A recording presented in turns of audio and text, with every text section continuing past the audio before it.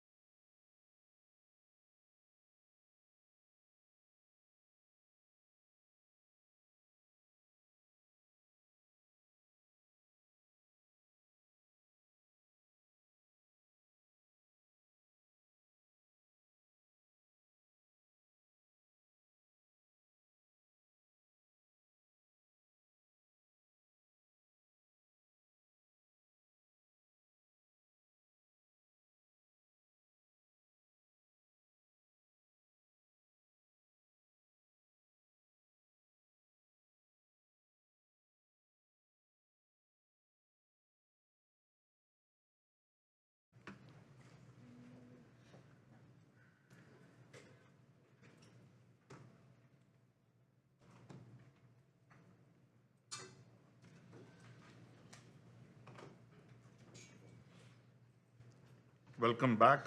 Welcome to this Central Committee meeting number 14 of today, Monday, March 13, 2023. I would like to give a special welcome to the Council of Ministers, Prime Minister and Minister of General Affairs, Ms. Sylvia Jacobs, Minister of Public Housing, Spatial Planning, Environmental and Infrastructure, Mr.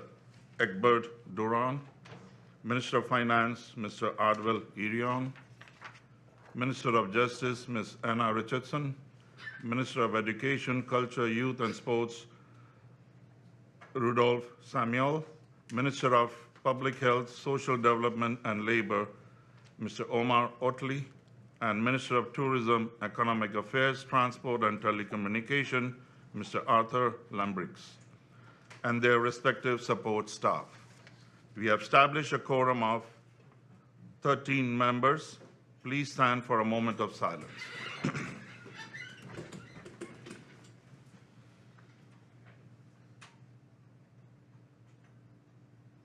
Thank you. I have received notice of lateness from MP Peterson. Are there any other notifications?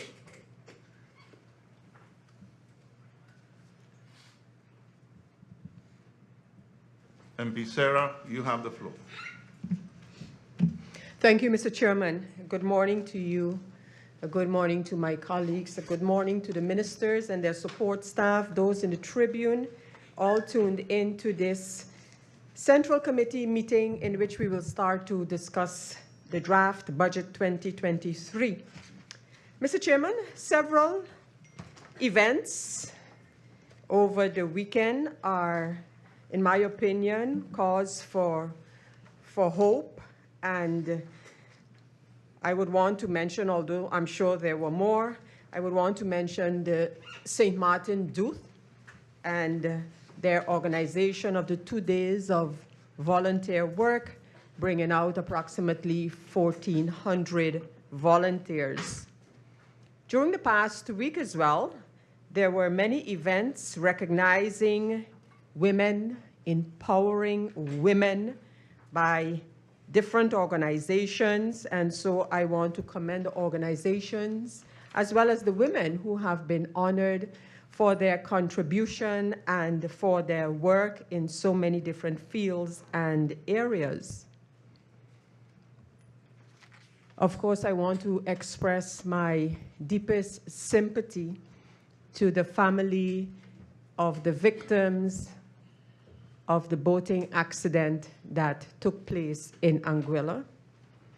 Very sad indeed. My next notification can be considered more of a sort of a reminder, Mr. Chairman, because I am sure as these meetings go along, we will get in the thick of things. So before we get there, it's just a reminder to especially the people of Sint Maarten that in these meetings on this floor, members of Parliament enjoy immunity. In other words, we can say what we want, how we want it, and cannot be prosecuted for doing such. When ministers are in these meetings, the same thing applies.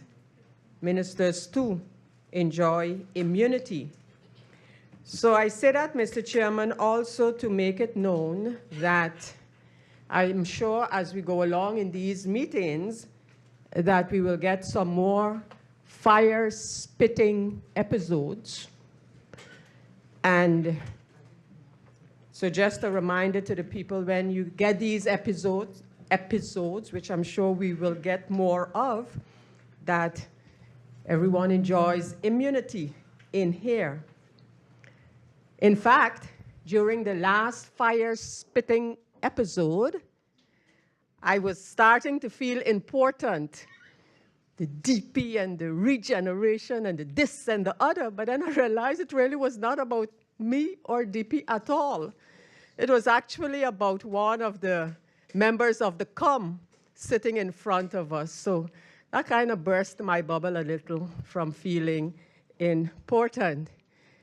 So, Mr. Chairman, again, be prepared. We're going to be getting some more of these fire-spitting episodes, and I thank you for the opportunity for my notifications this morning. Thank you. Thank you, MP Westcott. I don't see any other person asking for notification. We have as agenda point for this meeting, National Ordinance stipulating the budget for country Sint Maarten for the service year 2023, National Ordinance Budget 2023, Parliamentary Year 2022-23-166, IS document /535/2022-23 dated March 6, 2023. We go to the agenda point. Parliament received the National Ordinance stipulating the budget of the country for the year 2023 on March 6, 2023. All members have received a copy of the draft National Ordinance, a hard copy, digital link via email and P drive. The budget 2023 is also available on our website and our Facebook page for the public.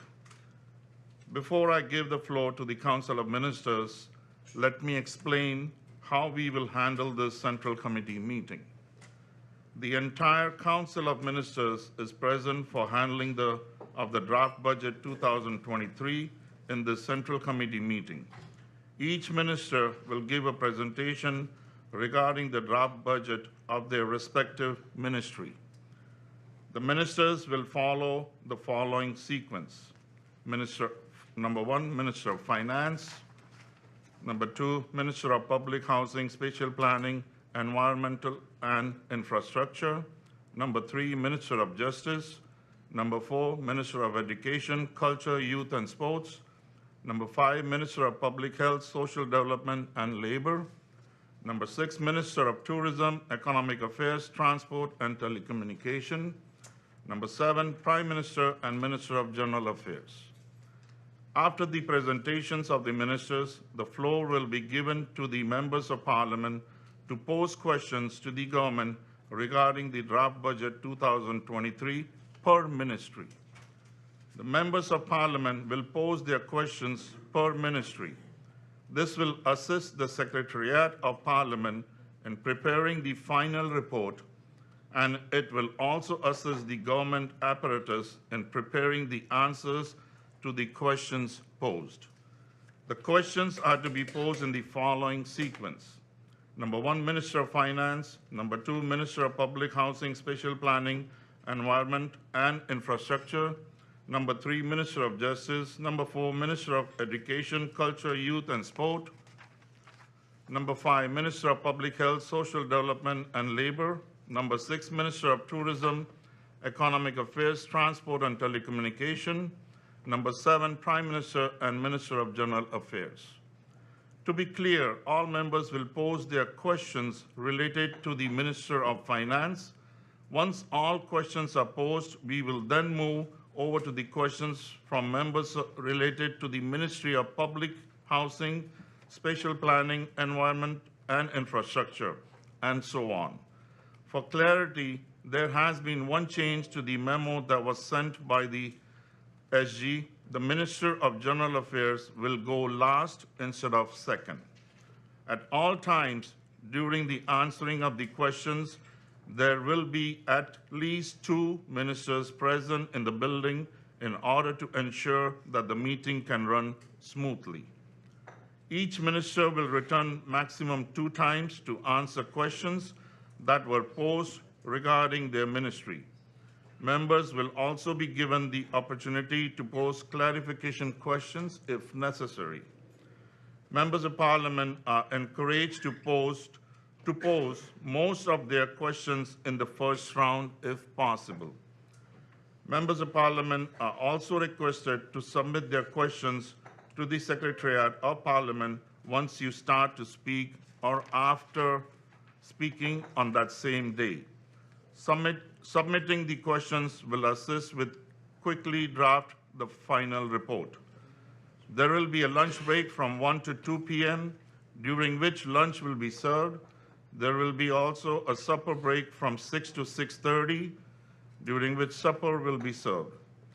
I now give the floor to the Minister of Finance. Minister Adwell Irion, you have the floor. Good morning. Yes, it's working. Good morning, Mr. Chairman. Good morning to the Khafir. Good morning to the members of Parliament. Good morning to my colleagues. Good morning to you in the Tribune. Good morning to the people of Sint Maarten. Mr. Chairman, today we have the draft National Ordinance Budget 2023.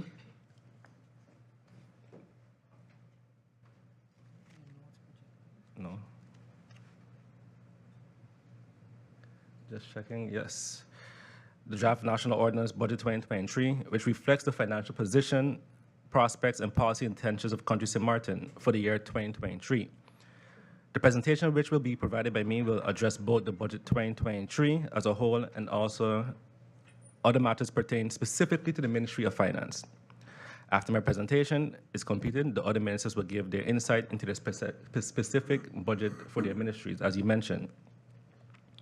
During the year 2022, while compiling the budget for 2023, we were unfortunately simultaneously also busy with the amendment for 2022. Having to do both at the same time led to a delay in the timely completion of budget 2023. However, we have learned from the budget process of 2022 and have made some adjustments when drafting the budget for the year 2023. Some of those adjustments already have started. We've already started the process actually for budget 2024. We've also sent a timeline out to the SGs, ministers, and the controllers to start this process on time so that we can have the budget on time for August, between August and September in Parliament. The initial draft budget for the year 2023 was retracted. The reason that it was retracted was to be able to adjust it based on the received Article 11 advice from the CFT, and also to adjust it in accordance with the most recent actual figures of the year 2022. Given this approach, our aim is to prevent the events of 2022 happening in 2023, whereby a budget amendment is requested based on Article 12, and the amended budget is approved in the final quarter of the year. Thus, based on having incorporated Article 11 advice from CFT, we expect no surprises in Article 12 advice on the budget for the year 2023, and thus no mandatory budget amendments. I mentioned this last time as well, but would like to reiterate that the budget process is still at work, a work in progress, and the ministry is working on improving this process. We can see that both the Council of Advice and the CFT recognizes this and have indicated this in their that they have seen significant improvement in the quality of the budget, and we intend to continue this process.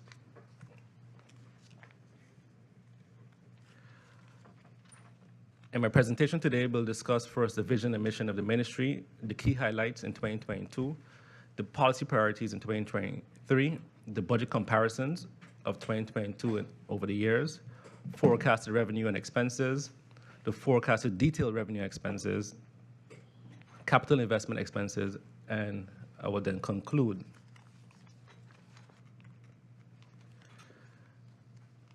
When I took the role as Minister of Finance, we realized quickly that there was no cohesiveness in terms of mission, vision, and we also created values for the ministry. We thought it was very important to create a vision and mission for the ministry so that our civil servants, our people, know the reason why they're working today, the reason why they're putting in the work, the reason why they're contributing to the country, and also for the community at whole to be able to buy into our vision and mission. In addition to that, with all the projects since creating the mission and vision, we always align projects with our vision, mission, and our values. We've even sent back projects that existed already to redo them again to make sure that they align with our vision, mission, and our values. For the vision, the Ministry of Finance strives to execute macroeconomic fiscal policies and initiatives that aids in the expansion and diversification of Sint Maarten's economy, provide fiscal sustainability, and to be the catalyst for innovation regarding government operations. The mission, efficiently oversee the country's finances by adopting new methods and technology to improve, standardize, streamline, and automate processes, provide accountability advice to the government in its policies, policy areas and executed by providing the public with accurate, relevant information and exceptional service. The ministry is focused on lifelong learning for its staff and the public to empower persons to reach their full potential. Our values.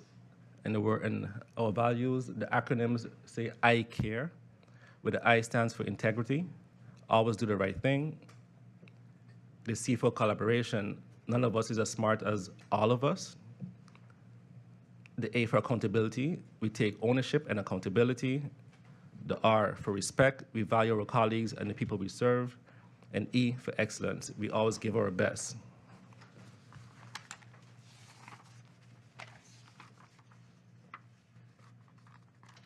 We now move over to some key highlights. For 2022, we focus heavily on our collection efforts, having 2 years of a pandemic, which heavily affected our revenue and income as a government. We had to deal with finding new ways to generate revenue, also cost-cutting measures, but there's only so much we could cut. But then we also focus heavily on the backlog of over the last decade in some areas. 2 areas that we initially started off with was the collection of casino fees and also the collection of the backlog of long lease fees. So we created a task force that started in September, which we already see the results, and there's also an article that positively from CFT also that recognizes our efforts in regards to our collection fees. For 2023, this will continue, and we expect even more income to come in from these fees. In addition to that, we'll be going over to focusing also on business license and some other key areas.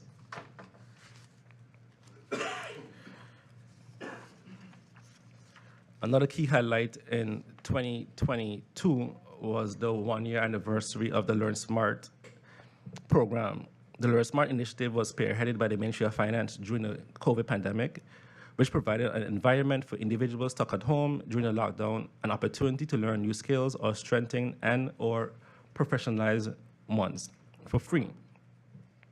It was decided based on the high admission and the completion rate to extend the program until the end of 2023.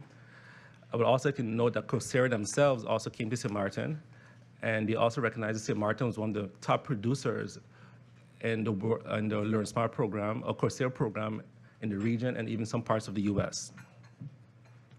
As of November 2022, Learn Smart learners have enrolled in over 2,800 courses, dedicating over 12,000 hours to take over and taking over 14,000 lessons, and completing over 800 of those courses. Currently, the program has over 300 active learners, all who have enrolled in at least one course. 64% of the current learners have completed 50% of their courses.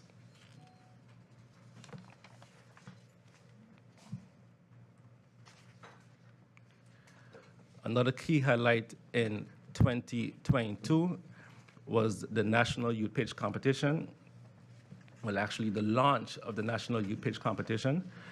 This is something that we were very proud of as a ministry, and I was particularly proud of this myself also. I myself didn't have something like this growing up.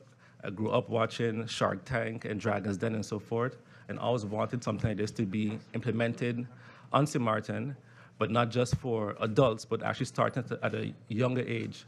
So we launched the National Youth Pitch Competition for high schoolers, and we expect that this year to even increase the amount where young entrepreneurs start their knowledge base on financial literacy, on starting a business, how to pitch, and so forth. The level of the pitches were, I would even say, on college level when it came to the pitches.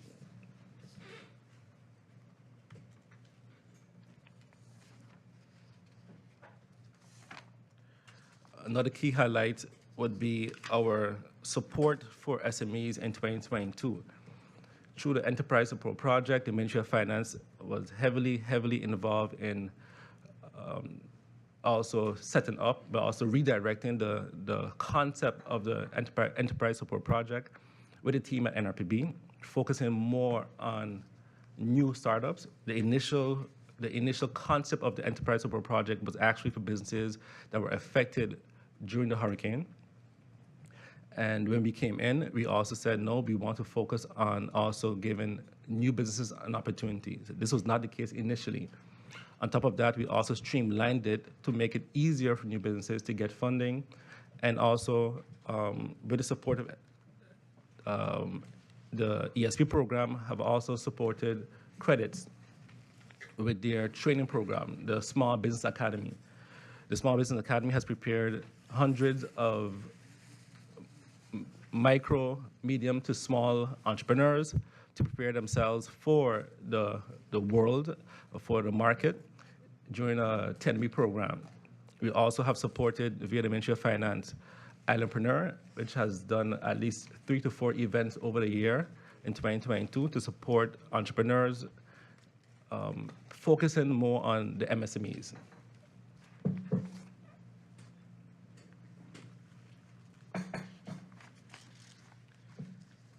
Another key highlight is the Corporate Governance Supervisory Board traineeship. With all that we saw in the media over the last 10 years, but even more focusing on the last few years and the different government-owned entities, the supervisory boards and so forth, we recognized that there was a lack of, in addition to training, we recognized that there was a lack of experienced persons for board members. And we thought that we should start to train young professionals from an early age to be able to fill these board positions when they become available. So we saw that there was a need for traineeship, and we started this program. In 1 week, we had over, I believe, 70 applicants. And the Ministry of Finance attracted young professionals to join the pilot program for corporate governance training and supervisory board membership. The program is tailor-made by the Themis Institute for Governance and Leadership. It teaches about good corporate governance and becoming a member of the supervisory board or the managing board. The pilot program is the first of its kind within the Dutch Caribbean countries. It entails developing theoretical knowledge of corporate governance and on-site learning experiences of the function of board practices by attending supervisory board meetings.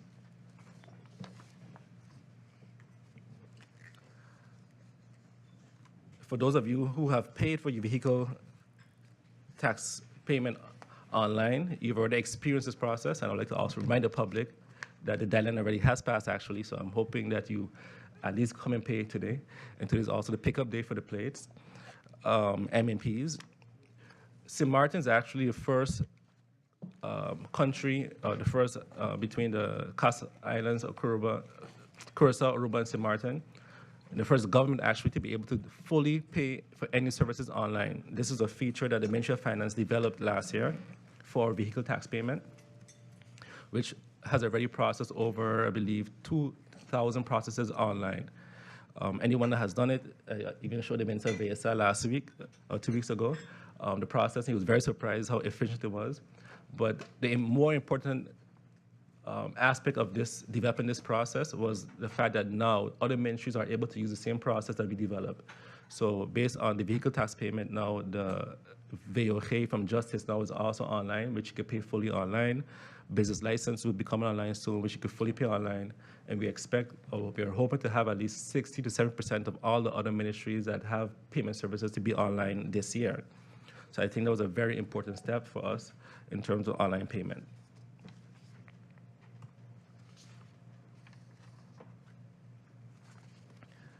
A few other key highlights would be the ending of the 12.5% ordinance. We came to Parliament last year, the Prime Minister and myself, and we promised that we not only would do everything we can, we did everything we could to end the ordinance as we said on the date we said, which I think has positively affected not just the civil servants, but also the community at large. We've also implemented the TRS system, increased financial management, and as Parliament may know, we have dealt with the backlog of the financial statements from 2017 up until 2020.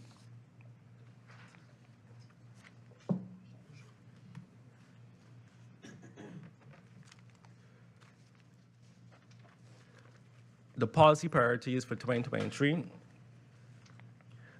we focus on the financial management, The ministry strives to continue receiving improved audit opinions on the financial statements. The ministry will continue with initiatives that will positively contribute to realizing this. These tasks are linked to the implementation of a new ERP system, the cleanup of administration, the reorganization process, and by streamlining and automating the financial process. You know, when I was in Parliament a few weeks ago for the tax meeting, I heard the cries of some of the MPs, and what I would like to say is that I would also like to thank our collection officers actually at the ministry, at the tax office, because I believe that we really don't understand what the tools that they are working with, very, very dated tools. You know, one of the software that they are using, the software that was built on DOS, for any of you that even remember what DOS was, that's how old the software is. And it's not that they, let's say, they wouldn't want to work in a more efficient manner, it's just that they didn't have the tools to work. So I'm very proud that we are developing the tools, not just physical tools, but also software-based. And we're hoping to have this done within the next year or two. The revision of the tax system and the modernization of the tax administration, the goal is to increase the tax revenues by not only adopting legislation accordingly, but also to strengthen the executive branch within the organization. The mitigation of risk of natural disasters, the goal is to increase Sint Maarten's financial resilience through a combination of collateral arrangements such as insurance, participation in regional collective financial safety nets, and by building adequate reserves.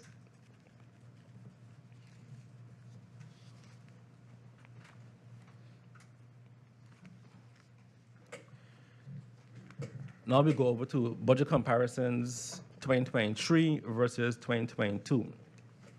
Budget 2023 is compared to unaudited actual budget of 2022. So on the slide here, the budget for the year 2023 is a balanced budget. The estimated income and expenses are budgeted at both 495 million guilders. When comparing the budget 2023 with the budget 2022 and the actual 2022, we note the following. In 2022, we saw an increase in economic activities on the island. With regard to budget 2022 with regard to the budget of 2022, the actual income for the year 2022 is 48 million guilders higher than the budget 2022, which is a positive. In 2022, we saw an increase in the economic activities. However, there was still some uncertainty as to the economy and if it would fully recover. When comparing expenses, we see the opposite, as the actual expenses are 41 million lower than budgeted. The lower actual expenses, however, are also a product of the uncertainty of the evolvement of the pandemic. In addition to that, it is also due to the budget being too high. The budgeted revenue in 2023 compared to actual 2022 has increased with approximately 27 million guilders, which is a 5.8% increase, and is mainly due to expected growth in GDP and initiatives to increase the revenue, such as Airbnb and tax compliance measures.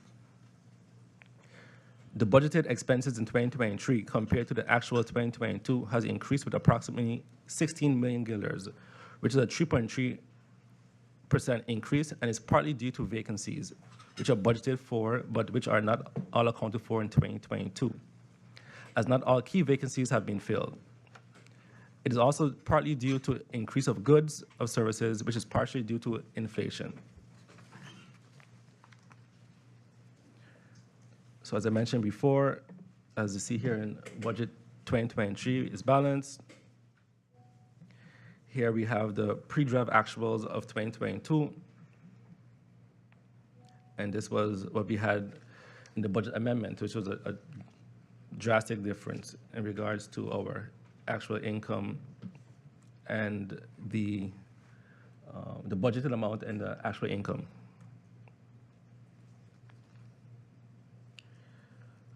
Now we'll do 2023 versus the previous years. When doing a high-level comparison of the income and expenses of the previous 5 years, the following can be noted. In 2020, due to the pandemic, the income declined. However, since 2020, the income has been gradually increasing, and we see that in the 2022, the income has actually increased above pre-COVID levels of 2019. In our budget for the year 2023, we expect this gradual increase to continue, and as such, budgeted an increase of 5%. In 2020 and 2021,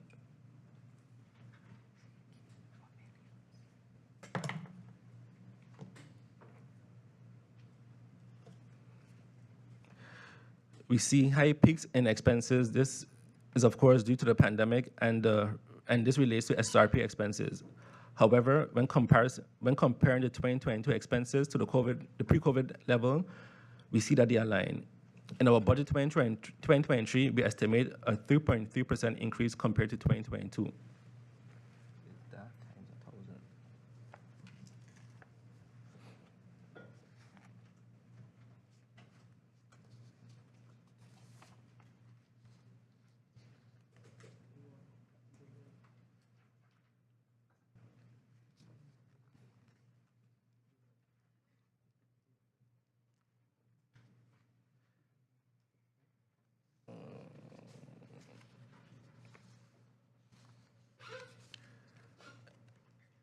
On this slide, we look at the main expenses per economic category 2023 versus 2022.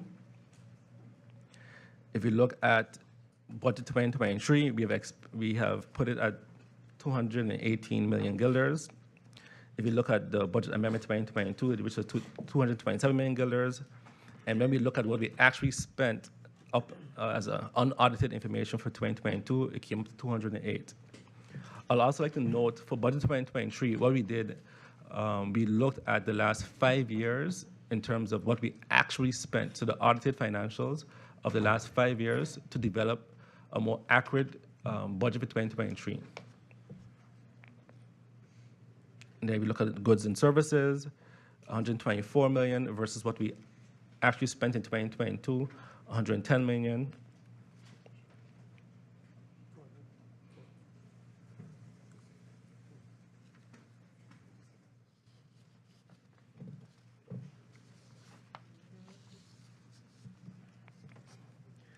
This slide is just a visual of what I previously mentioned. Again, the increase in expenses of the economic categories went out over the last 5 years.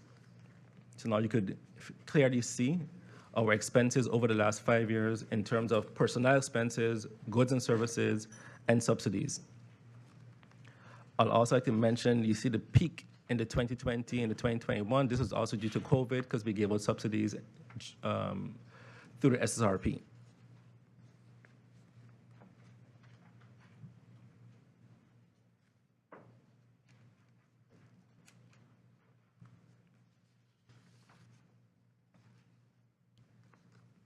When we look at the capital investments in the budget, we see that the bulk of the capital investments went to the Ministry of Rummy, 28% Finance, 13% Justice, 7% ECYS, 2% General Affairs, and 2% to the other ministries.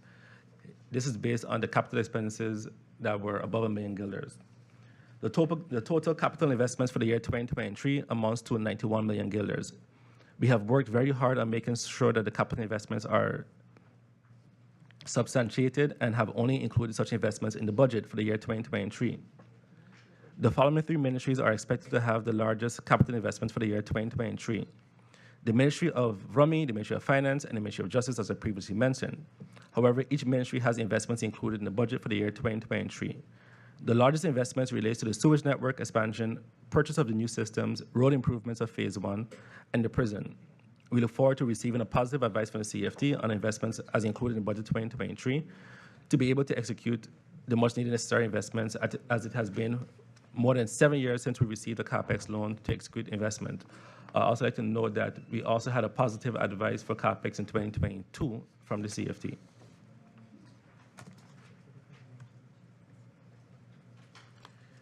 This is a clear overview of the capital investments above $1 million guilders, as I mentioned before.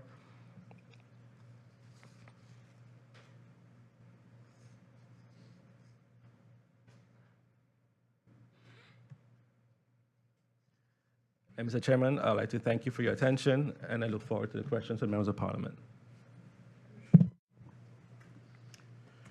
Thank you, Minister Irion. I now give the floor to the Minister of Public Housing, Spatial Planning, Environment and Infrastructure, Mr. Doran. You have the floor.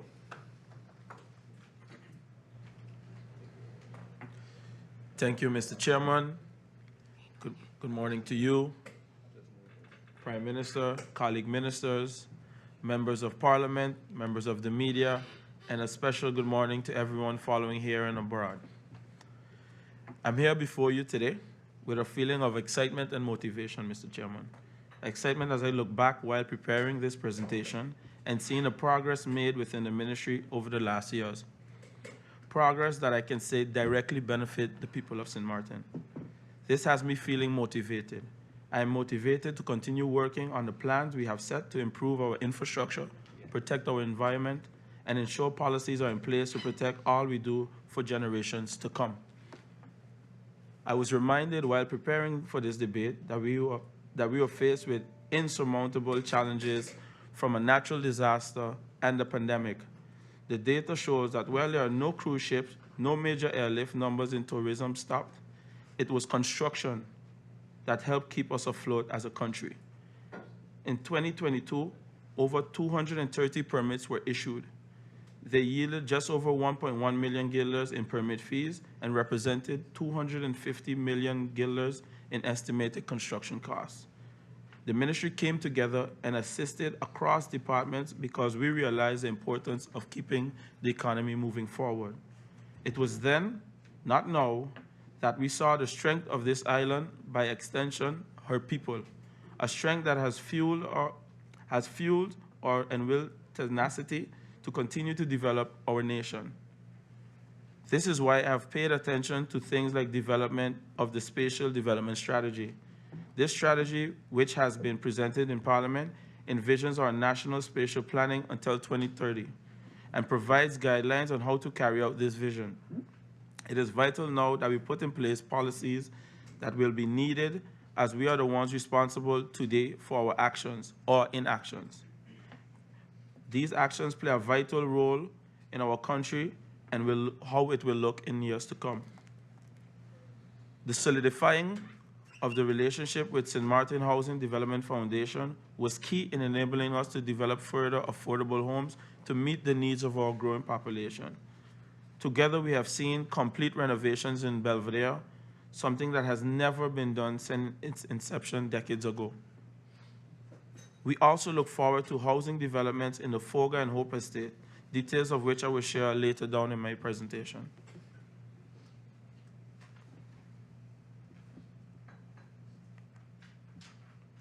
Here you have the table of contents, the key achievements, project executed, the vision for housing, department objectives, priorities, and statistics for 2023, budget 2023, overall comparison versus budget 2022, revenue generating, capital investments, and subsequent to that, my closing remarks.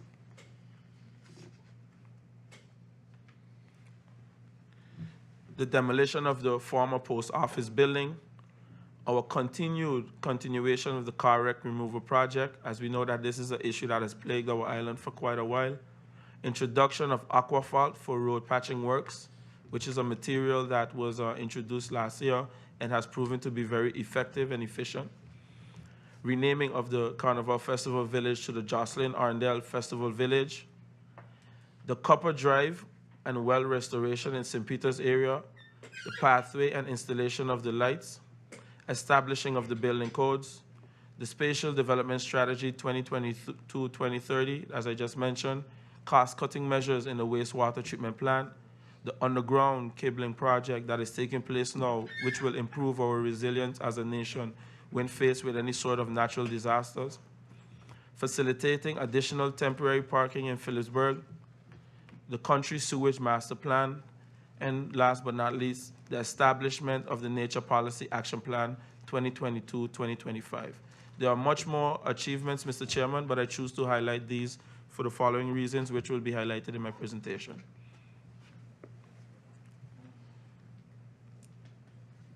In regards to housing, Throughout the project, the implementation unit under ERP1, on behalf of the government of Sint Maarten, restored 500 homes which have been repaired, private home repair amounting to 160, upcoming which will be 20 more that is in the process right now, social homes which are 301, as well as the completion of 64 units in the Towers of Belvedere, which was handed over recently.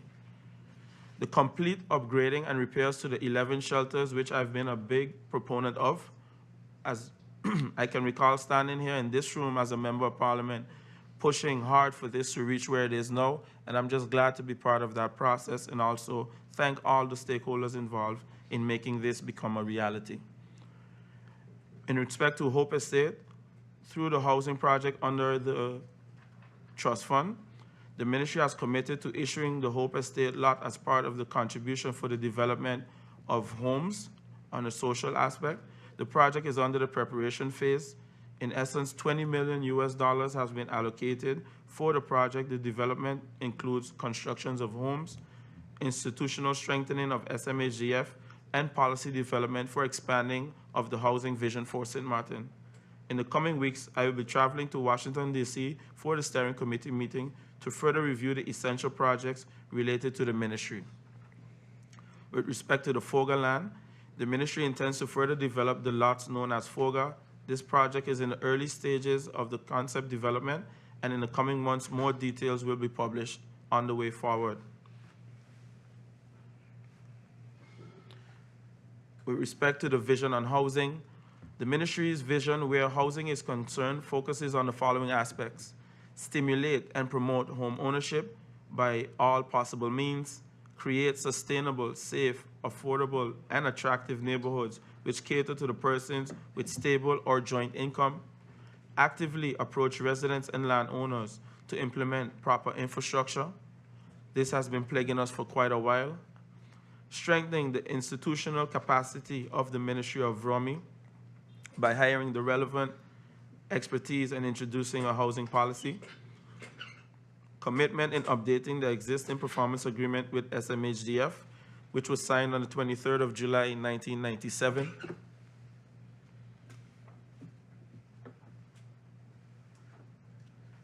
I go over to the department's objectives, priorities, and statistics. Here you can see an overview from the Department of Inspections, where 254 inspections were executed last year. Domain inspections were 17, electrical inspections 537. The complaint routine inspections, which were 264, which totals 1,072 inspections.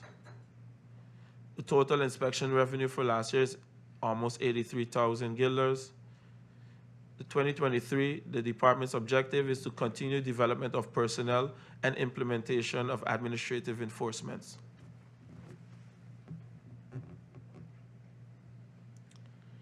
Inspection department. The inspection department is in the process of upgrading its enforcement policies within the department to create a systemic workflow. Administrative orders are being created and adjusted to eliminate any misunderstandings and loopholes from previous enforcements that we have encountered as a ministry over the last several years. With respect to the continued personnel development, the inspection department began a recruitment drive in 2022 to fill all the FTE functions needed to strengthen the workforce. In 2023, the department will continue its efforts to recruit personnel necessary for these FTEs and also allow training, necessary training for staff as well. I go over to the Department of Permits. Here you have an overview, Mr. Chairman and honorable members of Parliament, of 2020, 2021, and 2022. With respect to the generated revenue for 2020, 780,000 guilders approximately. For 2021, 602,000 guilders. For 2020, Mr. Chairman, you see the total estimated construction cost, 111 million guilders. For 2021, almost 87 million guilders. And you see a major spike in 2022, as I mentioned before, with respect to the different task force that we did within the ministry to push development, and not only push development while observing our nature and protecting our areas, which I'll delve into within the next coming slides, but also making sure that the economy was able to stay afloat as it has been hit hard with our different obstacles that we face as a country. Further optimizing the quality of service, the digitalization and launching of the online application process for building permits, so which will make this process paperless and also make it more efficient. Further reduction of the processing time, training in the new building code. Mr. Chairman, one of the challenges that we face over the last several years is sometimes different architects would submit and then we have to do a lot of corrections, which in itself causes a lot of delay. So with the training for the new building codes for the staff, and not only the staff, but also architects and the community on a whole, it will be made available for. We hope to eliminate this process to a certain extent and expediting the processing of building permits. As you see, the next point ties into what I just mentioned, registration system for architects and engineers. We believe that this will be definitely a step in the right direction in terms of not only advancing our staff, but advancing the services on a whole out there which submit to our staff.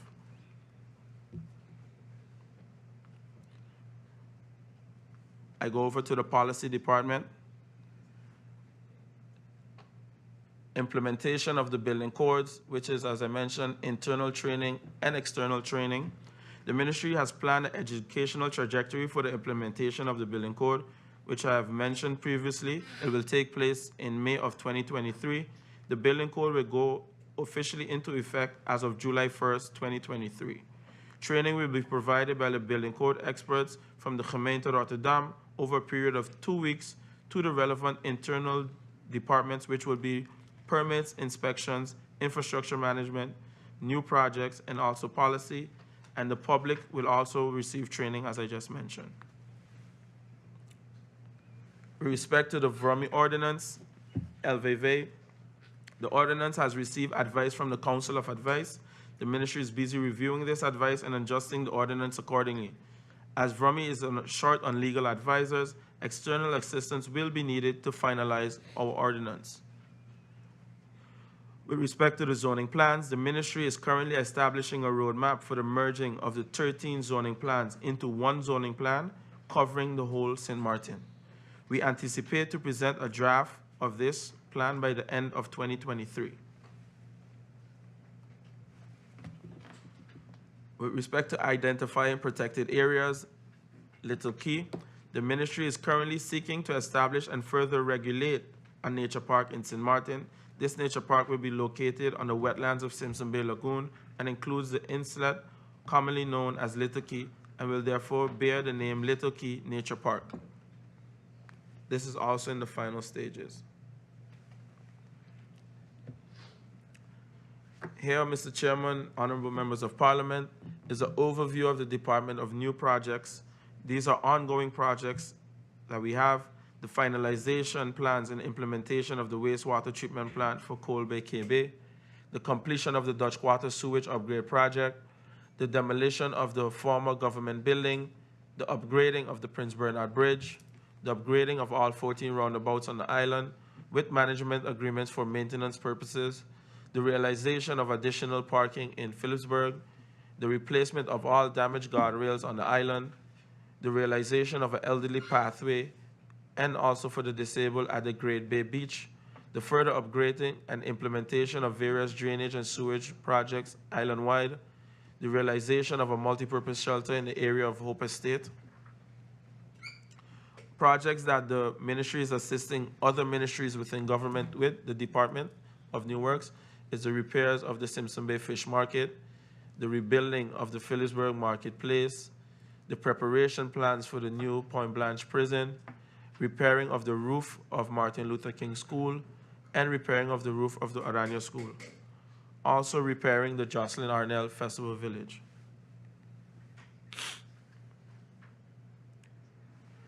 We go over, Mr. Chairman, to the Department of Domain Affairs. Here is a quick recap of 2020, 2021, and 2022.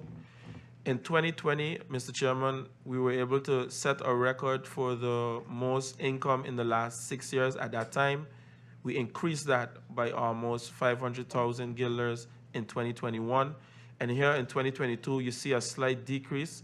Hence the reason we decided in collaboration, as the Minister of Finance mentioned, to instate a task force to assist in collecting these outstanding fees, which has proven to be very effective.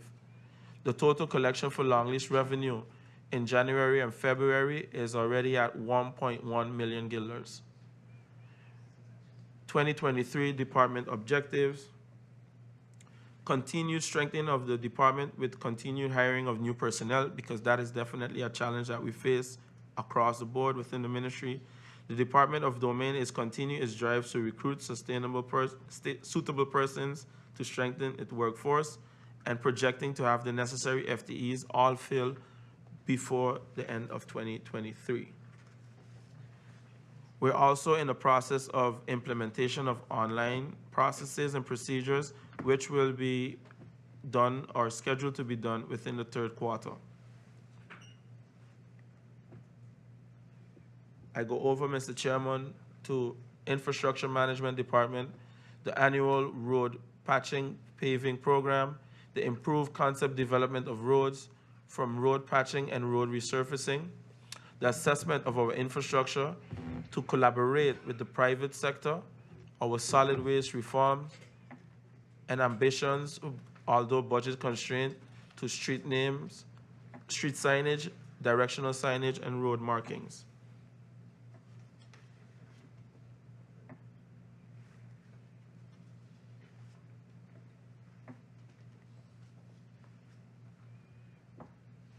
As we go over to the overall budget comparison to 2023 and 2022, here you can see the expenses for 2022, the actuals, and the budget. The income for all the actuals of 2022 as well as the budget for 2023. Approximately 10 million guilders was cut in order to balance the budget for 2023.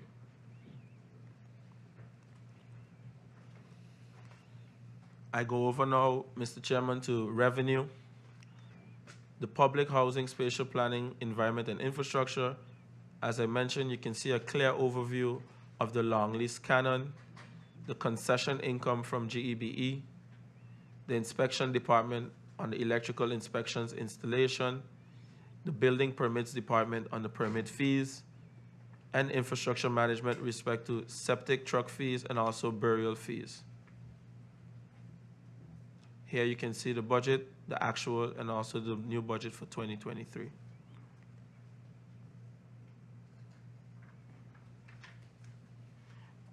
Also, I forgot to mention, as the task force was established in collaboration with the Ministry of Finance for collection, as I just mentioned, this compliance project has resulted in a forecast increase for the year 2023 to the amount of 7.1 million guilders, as was seen in the recent publication of the CFT, commended the additional efforts for government for higher yields in revenue.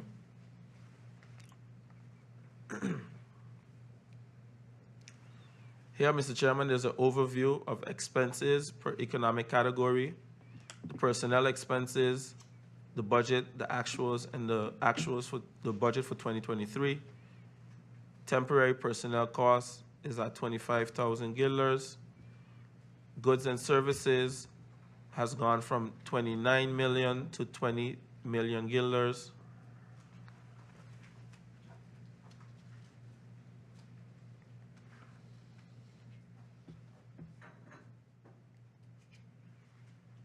Note also that there's in the budget review, there's a 500% increase on personnel from DERDA. An increase of 500% has been noted by the Council of Advice regarding personnel from DERDA within the Department of Staff Bureau. At first glance, this may sound like a substantial increase. However, this is based on the increase from 25,000 guilders in the year of 2022 to 150,000 guilders in 2023.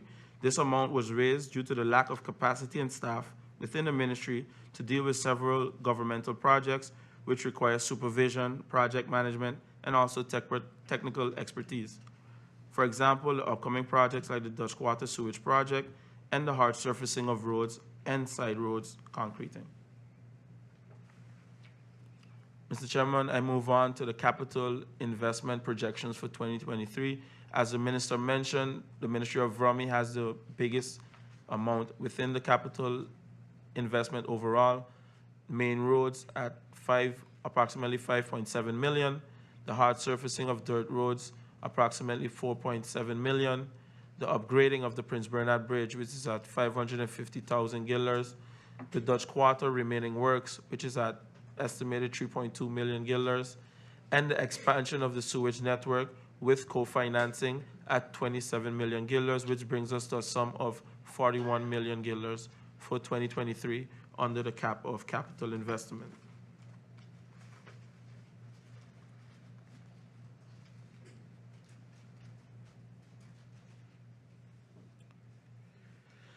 Mr. Chairman, with regards to risk and bottlenecks, there are many, but I choose to highlight these for the obvious reason.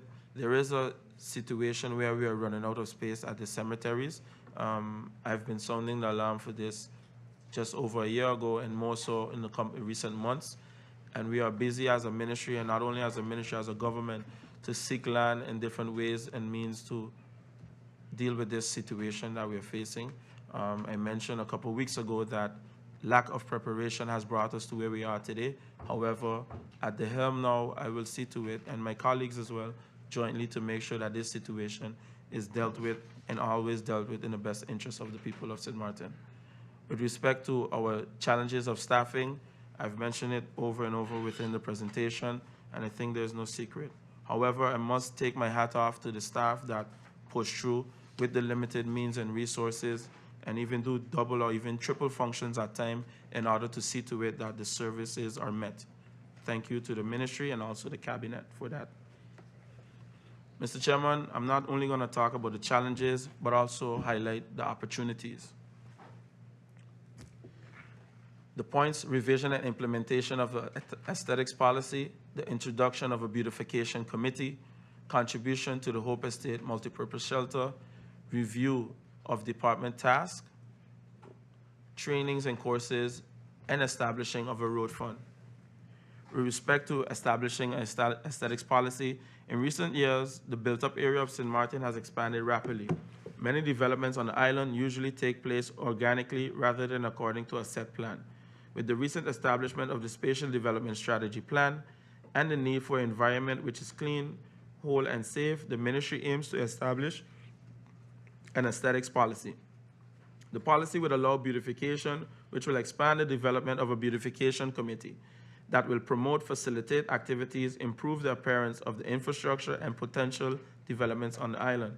In addition, the goal of this policy aims to create a civil pride and motivate the island's diverse population to participate in the beautification process.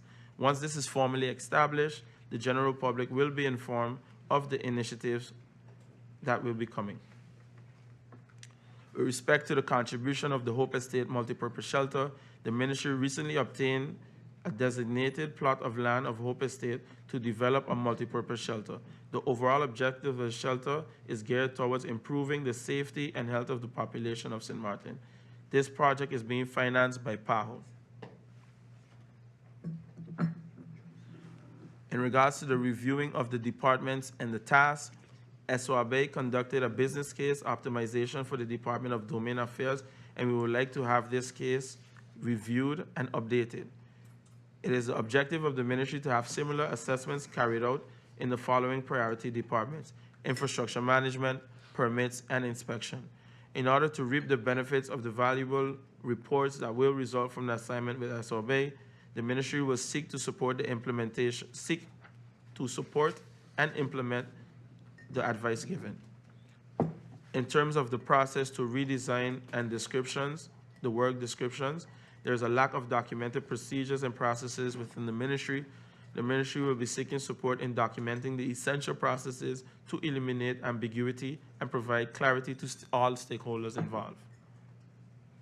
With respect to trainings and courses, the Ministry of ROMI has several service-based roles and considering the employees are part of the assets in the organization, we will be seeking trainings to positively impact the organization, productivity, and overall performance. The ministry is tasked with several procurements of works and would like to also conduct trainings for the handling of public tenders. This includes preparations of terms of references, reporting for internal advising on, etc.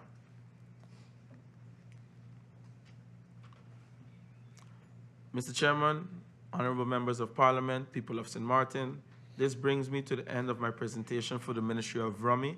I trust that I was able to paint a clear picture of where we are and the vision moving forward.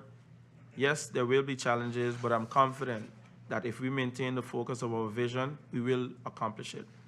In closing, I would like to say thank you to the staff of the Ministry of Rummy and my cabinet for all that have done to make this presentation possible and for the hard work they continue to put in for the success of the ministry.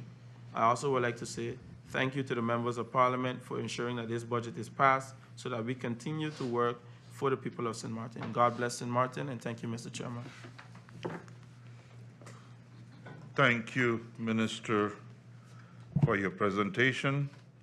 I now give the floor to the Minister of Justice. Minister of Justice, Ms. Anna Richardson, you have the floor. Good morning.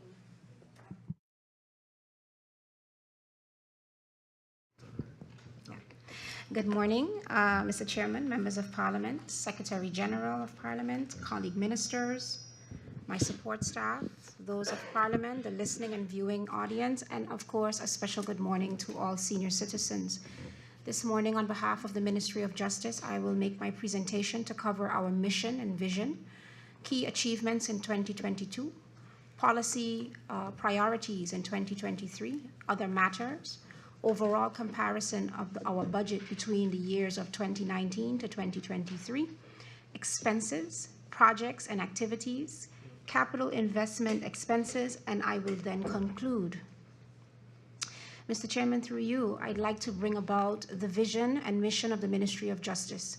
The vision of the Ministry of Justice is to ensure that there is law and order, law enforcement, safety, security, and public order within the country of St. Maarten.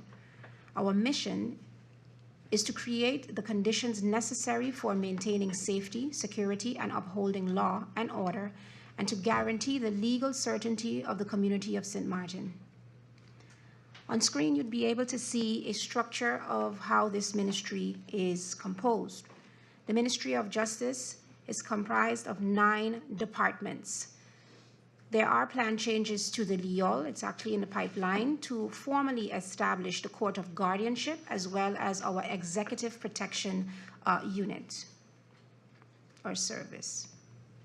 By extension, the Ministry of Justice within the justice chain has key partners. These include advisory and research bodies and other institutions whose purpose is to assist the ministry in the execution of statutory duties. We will now look at what we have achieved within the year of 2022. That being the function book and legal status of the justice personnel, which is still in process, the latter. In 2021, the function book of justice was completed and approved. A covenant agreement was signed with all labor unions, ABVO, represented by Mr. Charlon Catalina, the NAPB, represented by Mr. Rogel Mauricia, and the WICSU PSU, represented by Ms. Sharon Canagita, on June 14, 2022.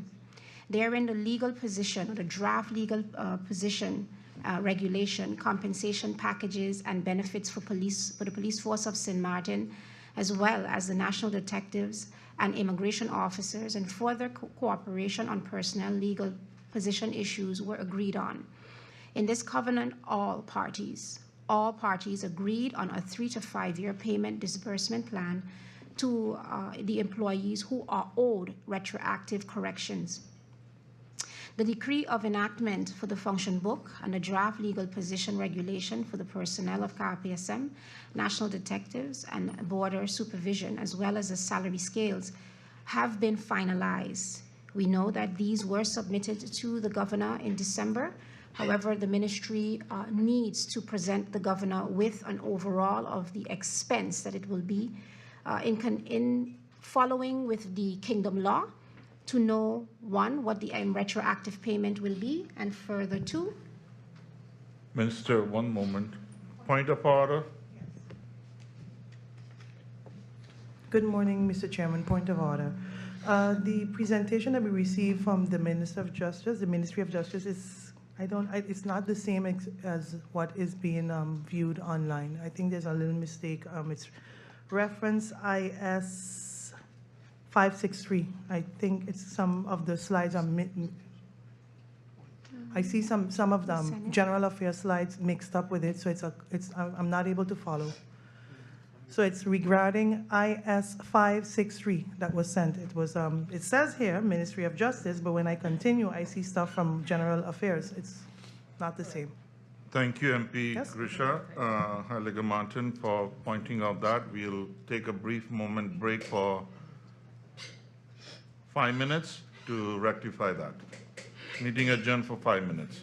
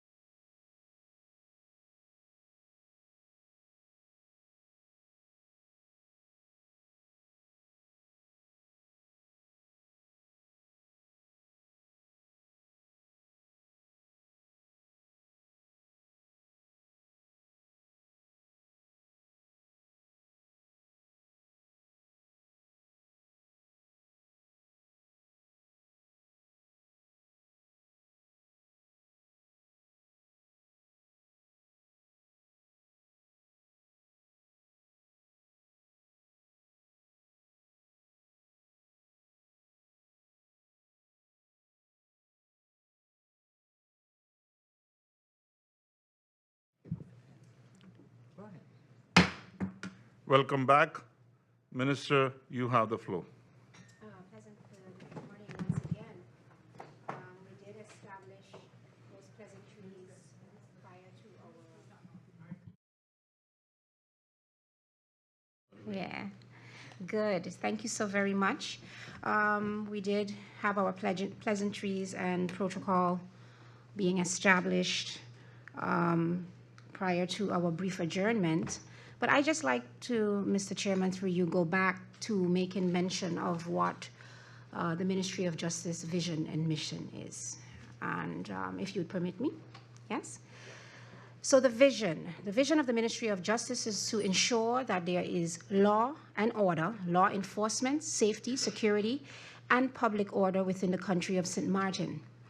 Our mission is to create the conditions necessary for maintaining safety, security, and upholding law and order, and to guarantee the legal certainty of the community of Sint Maarten.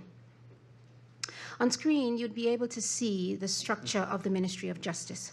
We are 9 departments large, and there is intention to update the LIOL to now include officially the Court of Guardianship and that of our Executive Protection Services.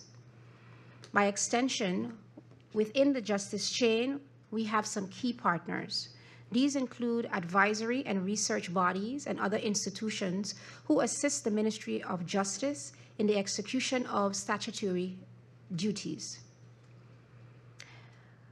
If we were to look at some achievements that we have made in 2022, I begin with our coverage on the fact that in 2021, the Function Book of Justice was completed and approved by our then Governor, His Excellency Eugene Holliday. A covenant agreement was signed with all labor unions, ABVO, represented by Mr. Sherlan Catalina, the NAPB, represented by Mr. Roger Mauricia, and WICSU PSU, represented by Ms. Sharon Kanagita, on June 14, 2022. Therein, the draft legal position regulation, compensation packages, and benefits for police, the police force of Sint Maarten, the national detectives, and immigration officers, and further cooperation on personnel legal position issues were agreed on. In this covenant, all parties agreed on a 3 to 5 year payment disbursement plan to employees that are owed retroactive corrections. The decree of enactment for the function book and the draft legal position regulation for personnel of KPSM, national detectives, and border supervision, as well as the salary scales, have been finalized. As we know, we are currently having that retroactive calculation, as well as the cost that it will be bear on the country going forward is currently being reviewed and updated by RPS with the pension premium. Thereafter, this entire report will be sent to SORB, who will then do an audit. Once we have received that official audit, these decrees will be sent back to His Excellency Governor Ajamu Bailey for approval and signature. The placement process is simultaneously underway within the Ministry of Justice. On December 2nd, 2022, a consultation meeting was held with the CCSU members to appoint persons to the placement and appeal committees of the Ministry of Justice. During the consultation meeting, parties discussed the existence of 2 official documents regulating the placement process. All parties agreed on basing the placement of staff on the national ordinance regulating the social status of the structure of our country, Sint Maarten.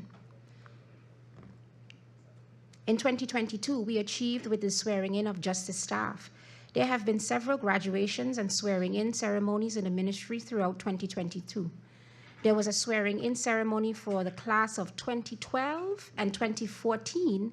Despite these, prison guards who were left unaddressed for many years remained committed to their duties. Also, 12 custom officers were sworn in. This was the first group of cadets to complete their training course carried out by the Customs Department in 2022.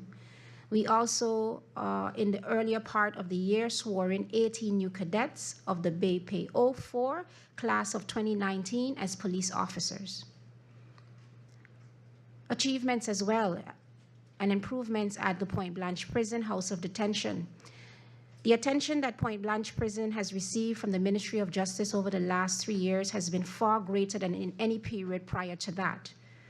One of the focal points of the improvements in the prison in 2022 was the development and enhancing of the overall daytime program for the inmates and providing more rehabilitation programs. These include, but are not limited to, the reintroduction of the educational and sports programs, as well as expanding the labor possibilities for inmates. Successful implementation of the Prison Education Program, or PEP, that led to 4 inmates successfully obtaining their GED certificates, which another 7 participated, achieved various academic certificates. A graduation ceremony was held in December celebrating this milestone of achievement for the participating inmates. In December 2022, we took our first step towards achieving a new detention facility that meets the needs of our community. We entered into a working agreement with UNOPS.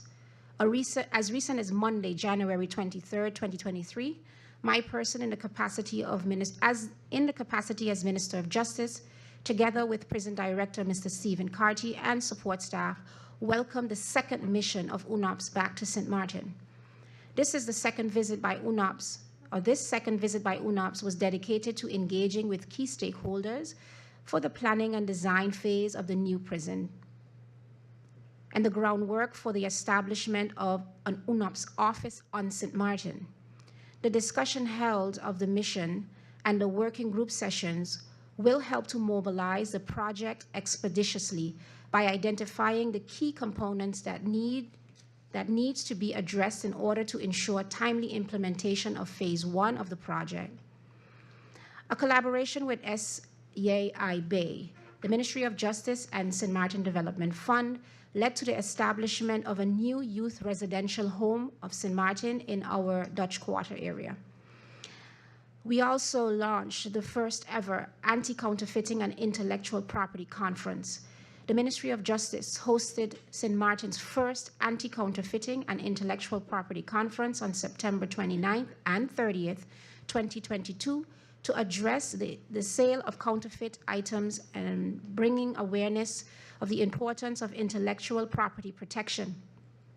The conference forms part of the ministry's efforts in creating a resilient anti-counterfeiting strategy for Sint Maarten, as was attended by corporate brand representatives, international experts, legal minds, business representatives, local distributors, and the government of Sint Maarten.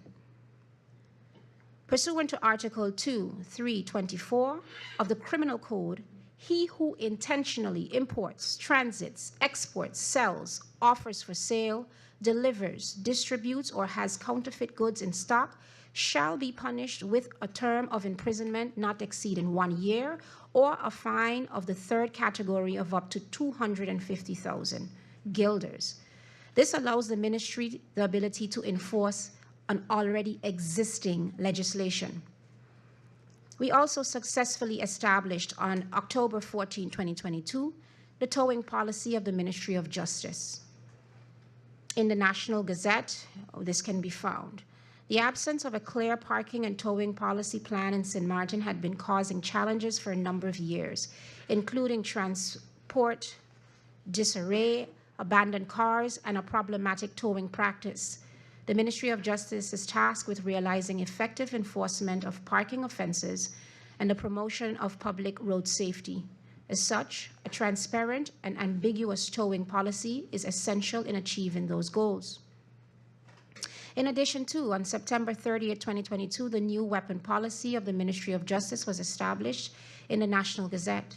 As Minister of Justice, I initiated the establishment of a new policy when it became apparent that some aspects of the weapon policy of 2016 needed to be updated.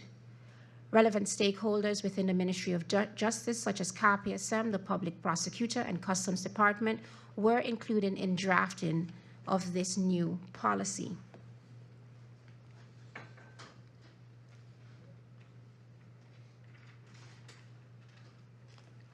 Through you, Mr. Chairman, I move on to the Ministry of Justice policy priorities for 2023. These include improving the detention system, improvement of the detention facility, training program for halfway-based staff, continuation of the GED program for inmates, UNOPS, the new detention facility, strengthening border control, improvement border control or ORVG, ICT investment for immigration system, ICT investment system for immigration as well, 2 aspects, and a training program for IBP staff.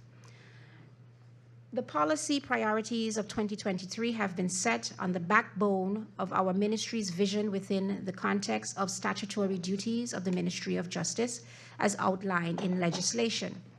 Noting also that for the coming years, the policy plan for the ministry will mainly be linked to the country package, theme H, with the aim of contributing to strengthening the rule of law by focusing on strengthening border supervision, tackling financial and economic crimes, and improving our detention system.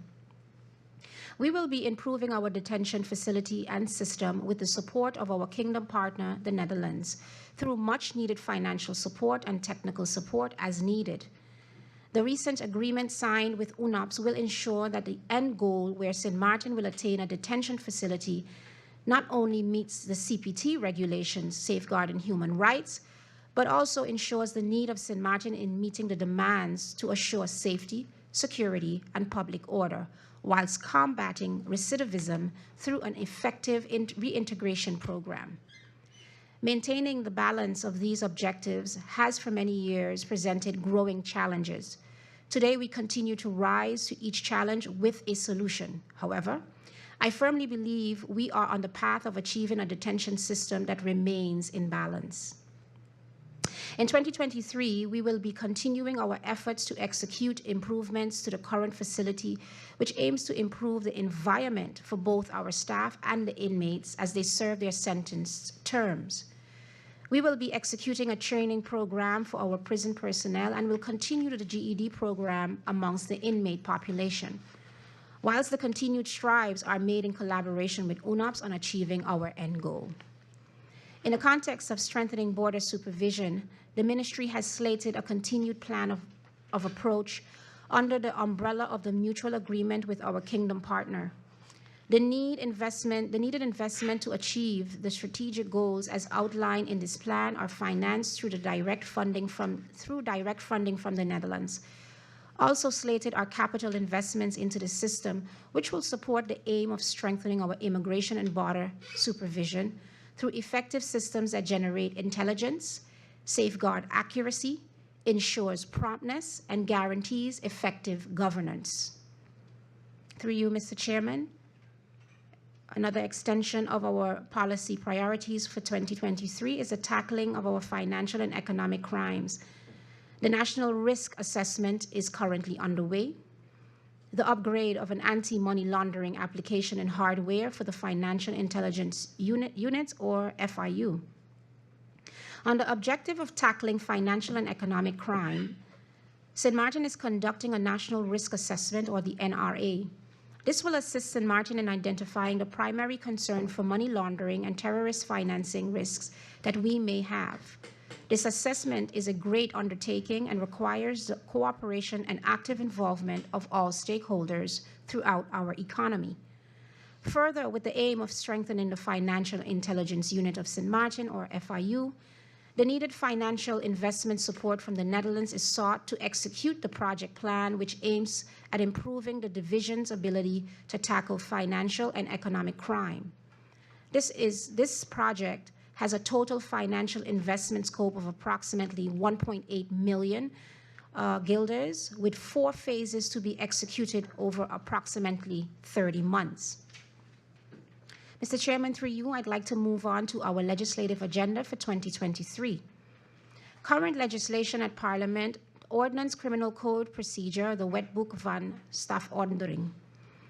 Draft legislation that is in process, APS or E-Gates for 2023, the amendment of the National Ordinance on Administrative Enforcement, amendment to the General Traffic Ordinance for 2023, and that is going to specifically be reference to the implementation of wheel clamps in connection with outstanding fines. An amendment to the General Police Ordinance in reference to the ban on the use of single-use plastic, and the National Ordinance on Crime Fund. The ministry has a limited legislative agenda due to the capacity limitations the ministry has had for several years in this department. This is only further compounded by the shortage in the legislative lawyers available in Sint Maarten and, to that effect, the Kingdom. In December of 2022, the ministry recruited a new head of judicial affairs, Ms. Ramona Ismail, who is a legislative lawyer. She will be supporting the ministry in executing its 2023 legislation priority list. As I have indicated, the policy priorities are closely linked to the country package theme H. So too are the legislative priorities in 2023. The efforts being made in ensuring the hardware and software improvements in the strengthening of border supervision are supported further with the needed legislations to gain the intelligence necessary to have not only tactical immigration and border supervision policies, but also strategic marketing objectives. The implementation of Advanced Passenger Information, or APS, is nothing new to the industry of aviation, but has proven vital in the objective of intelligence and effective border supervision. Secondly, the amendment to the National Ordinance on Administrative Enforcement is aimed at ensuring a more efficient compliance of our rule of law and reduce the need for excessive court proceedings to execute law. So, for instance, the almost 2 million guilders in uncollected traffic fines that require court proceedings to become collectible can, through the amendment of this ordinance, be more effective in curbing the behavior. Further, making an amendment to the General Traffic Ordinance 2023 in reference to the implementation of wheel clamps in connection to outstanding fines and illegal parkings. Priority is being given to make the needed amendments in the General Policy Ordinance in collaboration with the Ministry of TEAT to accommodate the enforcement on the ban of single-use plastic. The Minister of Justice will be mandating this task to the Ministry of TEAT. These 4 legislative objectives are expected to be finalized and enter the approval vetting process in 2023 and ultimately on the route to Parliament. The ministry also aims on initiating new legislations for the governance of the Crime Fund as to strengthen and safeguard its use in the prevention of crime. The ordinance is slated to take 18 to 24 months to achieve the completed draft ordinance. This new legislation initiative is based on the SORB recommendations on improving the management of the Crime Fund. We have been in ongoing consultation with SORB to achieve a policy guideline on the use of the Crime Fund to prevent crimes. Through you, Mr. Chairman, I move on to other matters in the Ministry of Justice for 2023. The function book and legal status of justice personnel, calculation process, placement process, and then victim support services. To go and be more specific with regards to the calculation process, the Sint Maarten Pension Fund, RPS, is currently executing the incorporation of the 16.3 retroactive pension calculation for law enforcement personnel.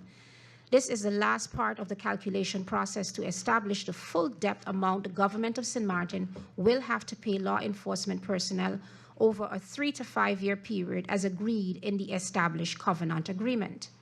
To avoid any discrepancies in the amounts to be paid out to the respective justice personnel, the data of the total calculation will be submitted to SORB for auditing. Upon receipt of the audited report from SORB, the completed national decree containing general measures, LBHAM, in connection with the new police law, the new salary scales, and the approved function book will be sent back to His Excellency Governor Ajamu Bailey for approval and signature. The placement process. Simultaneously, the placement process is underway with the issuance of placement offer letters to all justice personnel in their new functions according to the approved function book. The placement committee will begin issuing placement offer letters to all justice personnel starting on March 15, 2023. These letters will include information such as their new function and salary amount. Victim Support Sint Maarten Foundation. On September 8, 2021, the Victim Support Services Foundation, or VSS, was officially established under the leadership of my person in the capacity of Minister of Justice. VSS was established to supervise victims of life crimes, serious car accidents, burglaries, break-ins with heavy violence, force, or with the use of a firearm or other weapons, and will mainly function in close collaboration with 3 official bodies to ensure the proper functioning of the foundation, namely the Ministry of Justice via SEIB, the Probation Services, the Public Prosecutor's Office, and the Police Force of Sint Maarten. In 2022, the Ministry of Justice, together with VSS, launched the management and staff position of the foundation. The staff and volunteers would undergo training in order to be equipped in dealing with traumatic situations for their clients. The community may look forward to more information and being advised as soon as VSS website is launched. The subsidy support will ensure the activities of training and setup of the foundation's operations can adequately commence in 2023. Through you, Mr. Chairman, I go over to the overall comparison budget of 2019 through 2023, actuals versus budgeted. In 2023, we budgeted 80 million plus. In 2022, the budget was 84 million plus. In 2021, the actuals was 72 million plus. In 2020, actuals was 80 million. And in 2019, the actuals was 79 million plus. In 2019, we began to see some recovery on the backdrop of the passing of Hurricane Irma, to then being thrusted into the realities of a global pandemic, which led to an extreme financial measures being taken in 2021. This extended into an intensifying need to recover from not one but 2 disasters. Finding balance in this new norm has not been easy. With this very reality, in the 2023 budget of the Ministry of Justice is reflective of the lessons and financial parameters needed to maintain a balanced financial house. When looking at the year's actualized figures, the reality of those times are reflected in the realized expenditures. However, this financial sacrifice has come to the cost of effective execution of the ministry's statutory duties.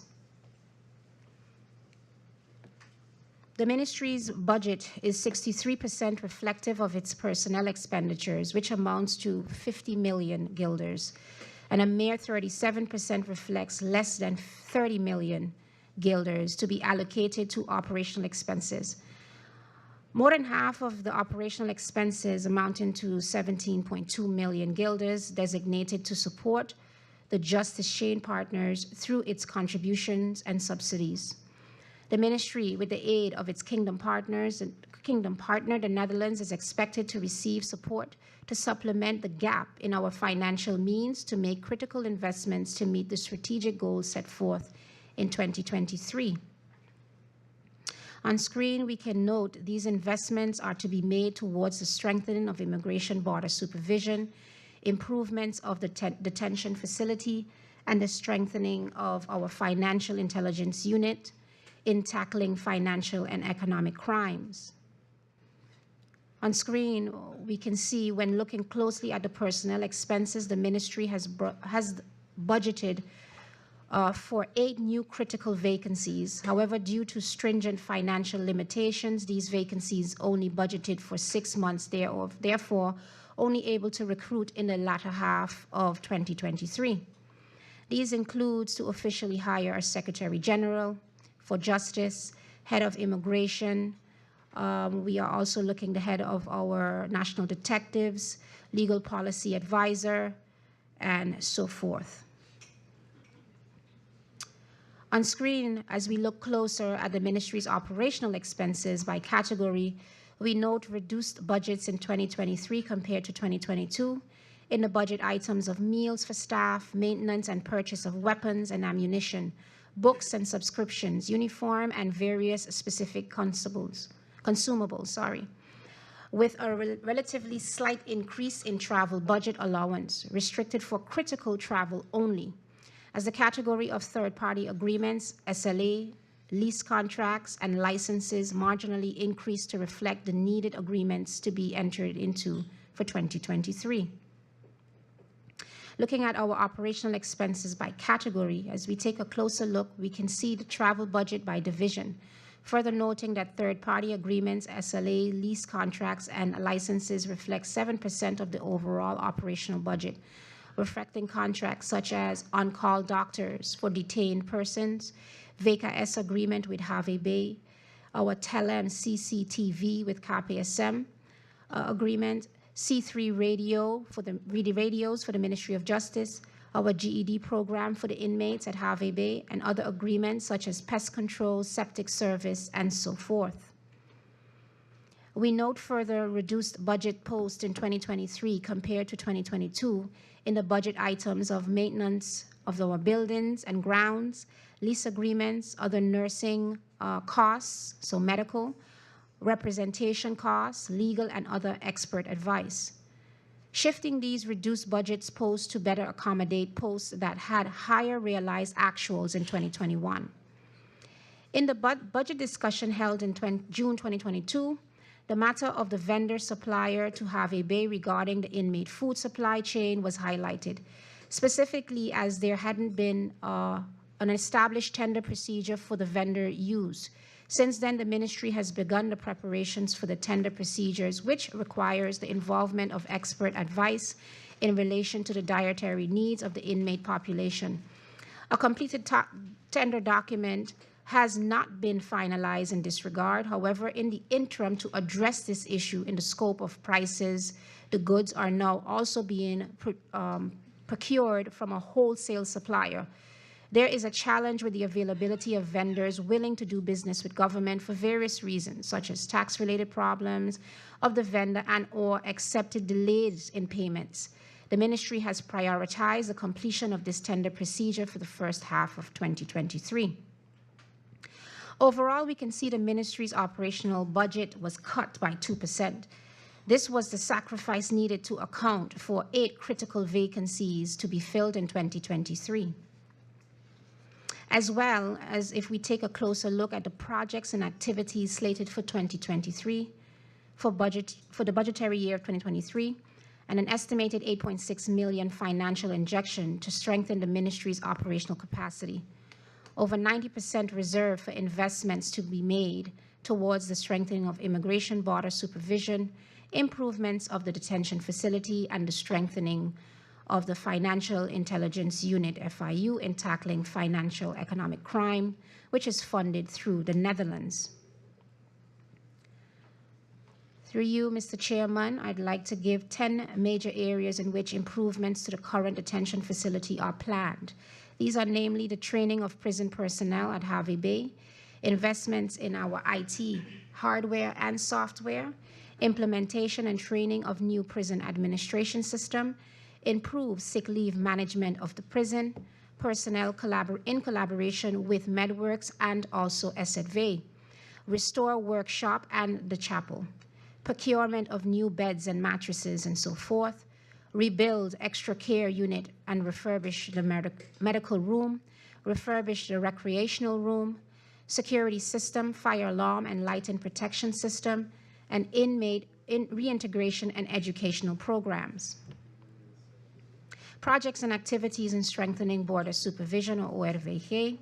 The mutual agreement on strengthening border supervision in Sint Maarten has led to a program plan, or PVA, which outlines a 7-year initiative.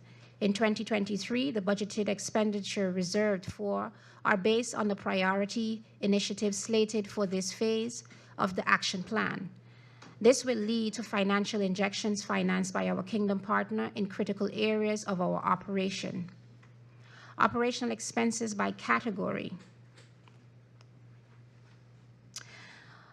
I move on to the capital investment of the ministry for 2023 as follows. Noting the Phase 1 reserve capital investment for the new detention facility is to be financed directly via the Netherlands. Approximately 4.2 million guilders is reserved to be financed via CAPEX, loan support, to support the improvements made at the Immigration and Border Protection Division. Additionally, the ministry will make an initial investment in procurement of critical needed service vehicles toward our ministry's various executing agencies. RADEX is a border management system which we are making an investment into. RADEX is designed to support our country's strategy on various platforms such as tourism, marketing and insight, economic reporting and forecasting and statistics, national security, law enforcement, and justice. Advanced Passenger Information System, or RPS, strengthens the information needed to have enhanced border supervision. The REG Tech application for the Immigration Border Protection Services, or IBPS, is a modular permit issuance system that will be linked to any foreigner management system. This allows government to modernize, digitalize, and respond to clients' demands for improvement of services rendered at IBPS, Residency and Admittance Department. Mr. Chairman, through you, in conclusion, as Minister of Justice, I foresee Sint Maarten as a young, well, first I'll say that the ministry is faced with challenges, amongst which limited capacity and the ongoing process related to the formalization of the organization's personnel. The added financial limitations determine the priorities amongst the priority list. However, we continue to strive towards the goals set forth in and to maintain the vision in the forefront of our minds. As Minister of Justice, through you, Mr. Chairman, I foresee Sint Maarten as a young country that has prioritized the safety and security of all residents and visitors alike, while upholding the law and order to guarantee the legal certainty of our community. The ministry is faced with these challenges. Nevertheless, we will ensure that the ministry does what it is expected to at our best capabilities. I'd like to take this time to thank all of my staff at the Ministry of Justice in all various agencies, as well as those who contributed to us putting this financial overview in place for this Budget 2023 debate. Thank you, Mr. Chairman. Thank you, Minister of Justice, Ms. Anna Richardson. I now give the floor to the Minister of Education, Culture, Youth and Sport. Minister Samuel, you have the floor. Thank you, Mr. Chairman, and good morning to you. Good morning.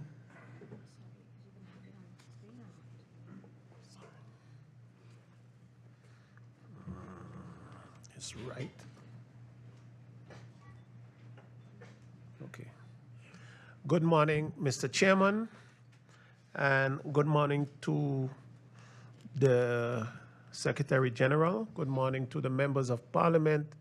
Good morning to my colleagues and the support staff, those in the Tribune. Good morning to the media, and blessed day and good morning to the people of Sint Maarten. I would also like to say good morning to all the persons in the ministry. Special good morning to those of ECYS. Mr. Chairman, before I begin with my presentation, I would like to announce my deep disappointment to see a monument of Sint Maarten go up in flames last night. I would continue to bring updates regarding this situation to the people of Sint Maarten as I receive it. Mr. Chairman, I will discuss with you the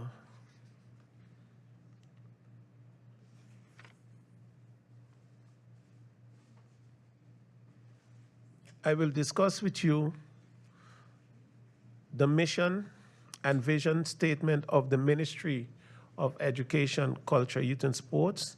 Then we will look at some of the key achievements of the ministry for 2022, followed by an overview of the top policy priorities for 2023. Subsequently, an overall comparison between the budget 2023 versus the budget of 2022 will take place, and actual expenses of 2022 will be discussed. Next, we will see We will get into the revenues and expenses, as well as the synopsis of the capital investment expenses and the capital investment income. Subsequently, any additional matters will be mentioned, followed by the conclusion of the presentation. The ministry's vision for the period 2016-2026 is to meet demands and support the people of Sint Maarten to become self-confident, resilient, lifelong learners who are creative and critical thinkers. Our mission states, our youth will strive and reach their full potential to become active citizens with a sense of shared responsibility. We will ensure that there are ample opportunities for the people of Sint Maarten to be long life learners. We will safeguard our cultural identity by protecting and promoting our tangible and intangible heritage. Our citizens will actively participate in sports and other physical matters. Here in slide 4, you can see the achievements of the Department of Education, namely the development and implementation of the National Summer School Policy and Framework for Funding, the development and implementation of the Professional Development Program and Framework for Funding, the execution of the labor market research towards the establishment of the study financing priority list. We also have the finalization of the draft law on education supervision. We also have the situational analysis to inform the special needs policy. A situational analysis on the current state of affairs related to special needs on Sint Maarten was finalized. The research findings are being used to inform the updated draft of the special needs policy. We also have finalization of the draft national decree for study financing and the finalization of the mandate associated with the supervision of the compulsory education law. So the national decree establishing the mandate associated with the supervision of the compulsory education law has been approved by the Council of Ministers and is in its final stages of ratification by the governor. The policy framework for the introduction of an international standardized assessment has been established. Also, the law on higher education is here at Parliament, and the work on the betterment of the teaching profession will continue.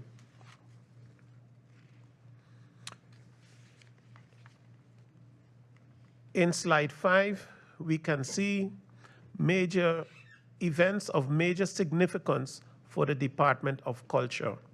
In March of 2022, the 4th Annual Culture Creative Industry Forum took place. The next event of major significance would be the Sage Cultural Award. The department honored 10 of our cultural luminaries, founding fathers and mothers of culture of Sint Maarten. The Sage Cultural Awards, highest awards features the Camille Bailey Awards, the former head of Department of Culture. Another achievement within the Department of Culture is the government's decision to use the Sint Maarten Unity flag as a joint cultural symbol of the affirmation of the unity and identity of the people of our island. And 4th, a work in progress within the dance department and stemming from the motion presented here in Parliament by the Member of Parliament, Westcott Williams, in order to promote dance for our youth, bevordering danskunst voor jeugd. The promotion of dance for our youth, bevordering danskunst, is made available to the following institutions of Sint Maarten. So the Indusu Sint Maarten Dance Theater, Sint Maarten Art Save Lives Foundation, Funtopia, National Institute of Arts, Dance and Arts Dimension Academy, and Rudolph Davis Performing Dance Expression. So this program is put in place to provide financial support beneficial to dance institutions which have been mentioned. In slide 6, you will see the key achievements in regards to the Department of Youth. We see the improved professional environment for the development of early childhood development caregivers working with children under the age of 4 years. 52 participants graduated with pre-handwriting workshop certificates, and 250 persons attended the development delay workshop. Also, we see the increase in awareness and participation of our youth in the community, 200 plus participating in the virtual Youth Roundtable Conference. And we saw the increased responsibility of our young people with regards to their own development, of which 63 persons participated in youth life skills programs. In the following slide, you see the Department of Sports key achievements. The Department of Sports supported 3 athletes in the amount of $29,000 through our sports scholarships. Made over $500,000 available for facility maintenance and repairs. Invested over $222,000 on the development of sports facilities and the purchase of sports material. Subsidized events participation, hosting locally, regionally, and internationally with over $228,000. We highlighted athletes, organizations, events, and achievements weekly and monthly on government social media platforms and through print media. We also hosted a successful health, sport, and culture expo, which saw over 2,000 persons in attendance, highlighted legends in basketball, and awarded persons in 11 different categories during our annual Brown Pelican Awards. The following slide also indicates for the division education innovations, and the key achievements there were that they coordinated the initial startup of the professional development program for educators enrolled in public and government subsidized schools who were not meeting the minimal qualifications. The PDP is for bachelor's degree in primary education and teaching certificate in the secondary education. They also coordinated the logistics for the pilot National School Summer Program and also represented the Ministry of Education, Culture, Youth, and Sports with the execution of the trust fund projects. With emergency repairs program, also the ERP1 and the Fostering Resilience Learning Program. Last year, we saw 3 schools being completed in repairs via the ERP1, namely Milton Peters College, St. Dominic High School, and Mac Comprehensive High School. Under the division study financing, we have also key achievements. We can see the facilitating of study financing and NEPA study allowances up to 350 recipients, which yielded 50 plus graduates. Improved the management of study financing through the upgrading of the study financing application and administration portal, and the execution of the 2021-2022 Study in the Region project, under which 22 recipients were assisted. For the division public education,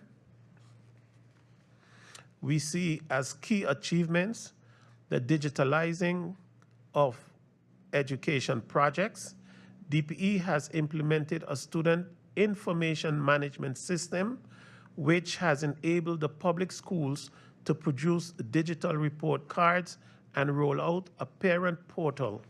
DPE will be launching an online student registration portal soon.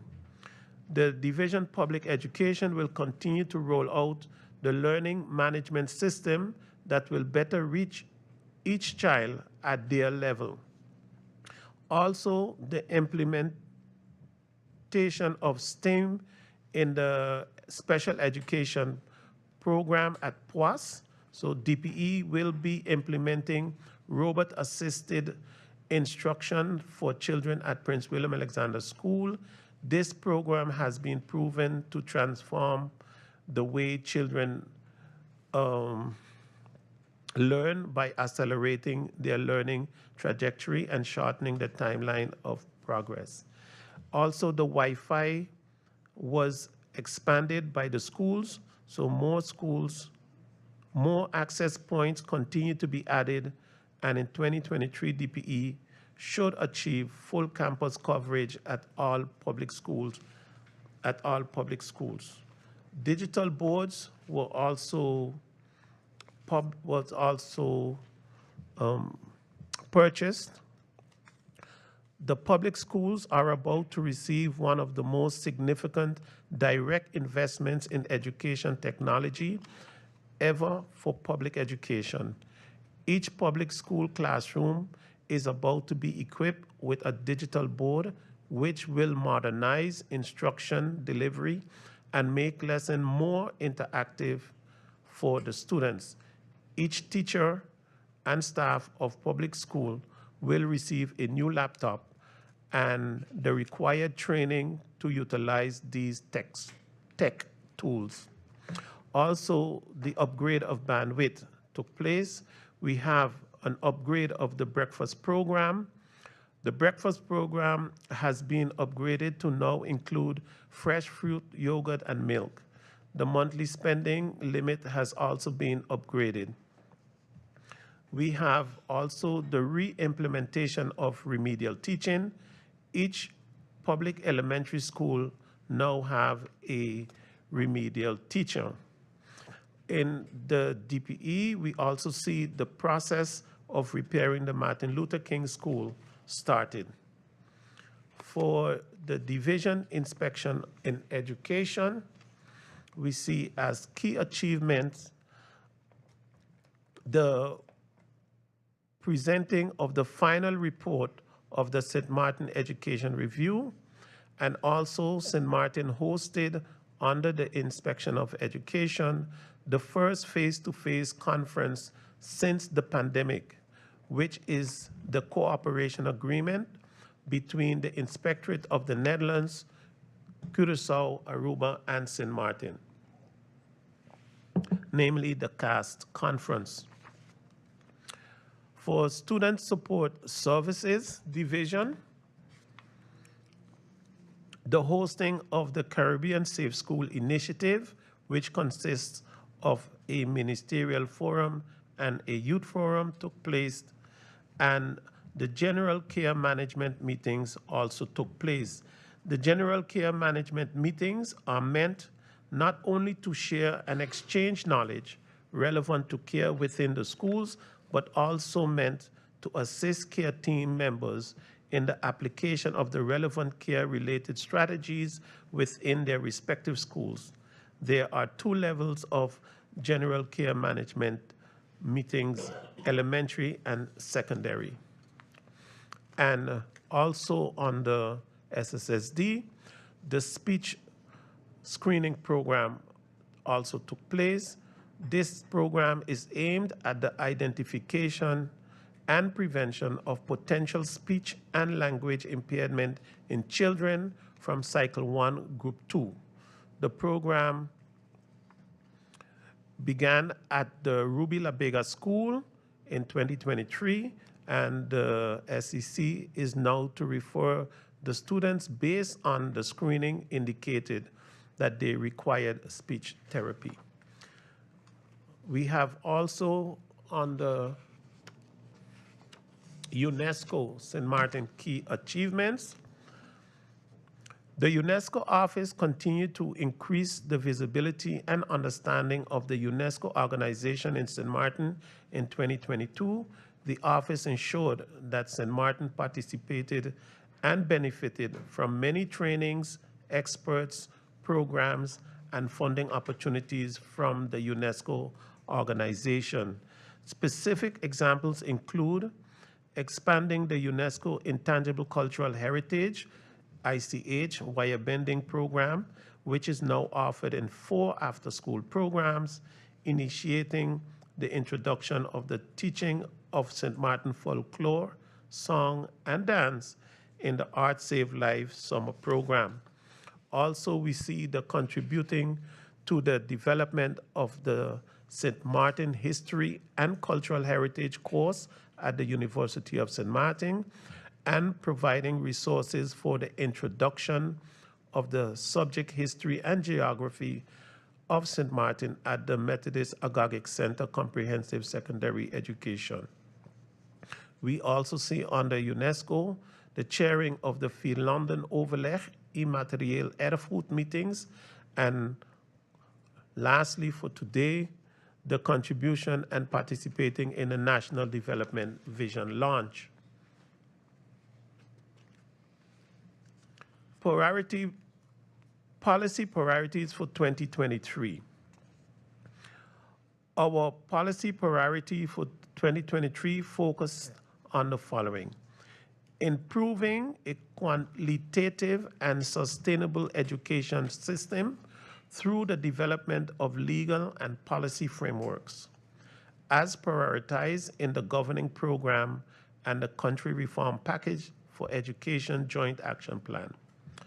To name a few of these priorities, which are further elucidated in our policy paragraph aligned to this budget, we have the following: development and implementation of a new school busing policy, development of a policy regarding the introduction of standardized assessment for students in primary and secondary education to foster mastery of the fundamentals to further enhance academic achievements.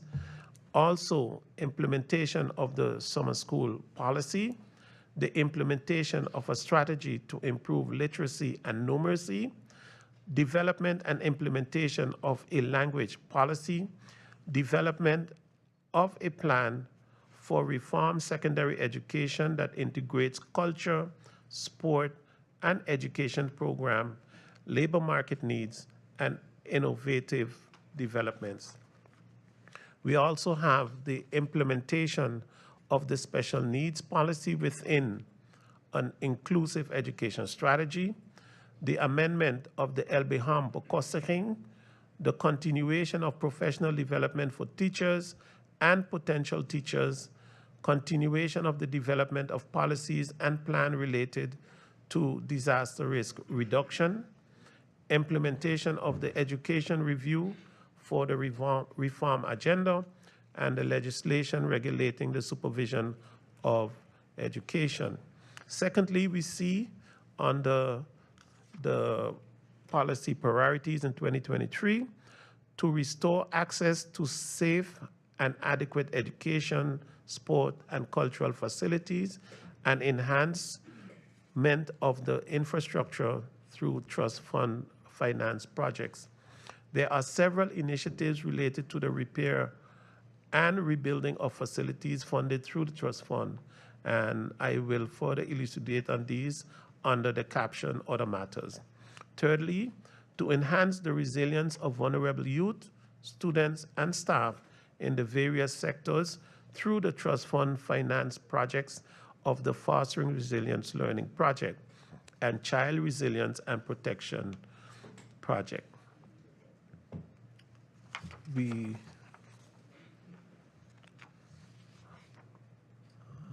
And lastly, to protect and promote the natural, tangible, and intangible cultural heritage and a strong shared cultural identity.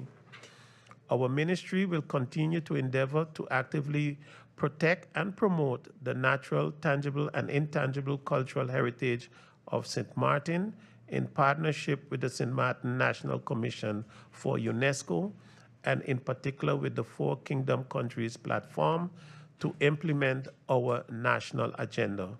The policy actions for 2023 in collaboration with UNESCO ICH through the Four Kingdom Countries platform are among others: framework for the Kingdom Culture Research and Documentation, underwater archaeology policy, preparations for the co-ratification process for the Maritime Ordinance for Underwater Archaeology and Underwater Heritage Convention, culture education, producing an action plan for the establishment of a culture council and the financing of research, the granting of talent scholarship, and the development of art and of dance and arts. As it relates to some initiatives in the sports sector, the following activities planned for 2023 are: promotion of the availability of sports facilities and financial support for the execution of after-school programs and school tournaments, continuous support for the National Sport Institute and the Sint Maarten Sport and Olympic Federation and other sports organizations in the interest and development of athletes and vulnerable groups, supporting, facilitating, and monitoring. That's 22.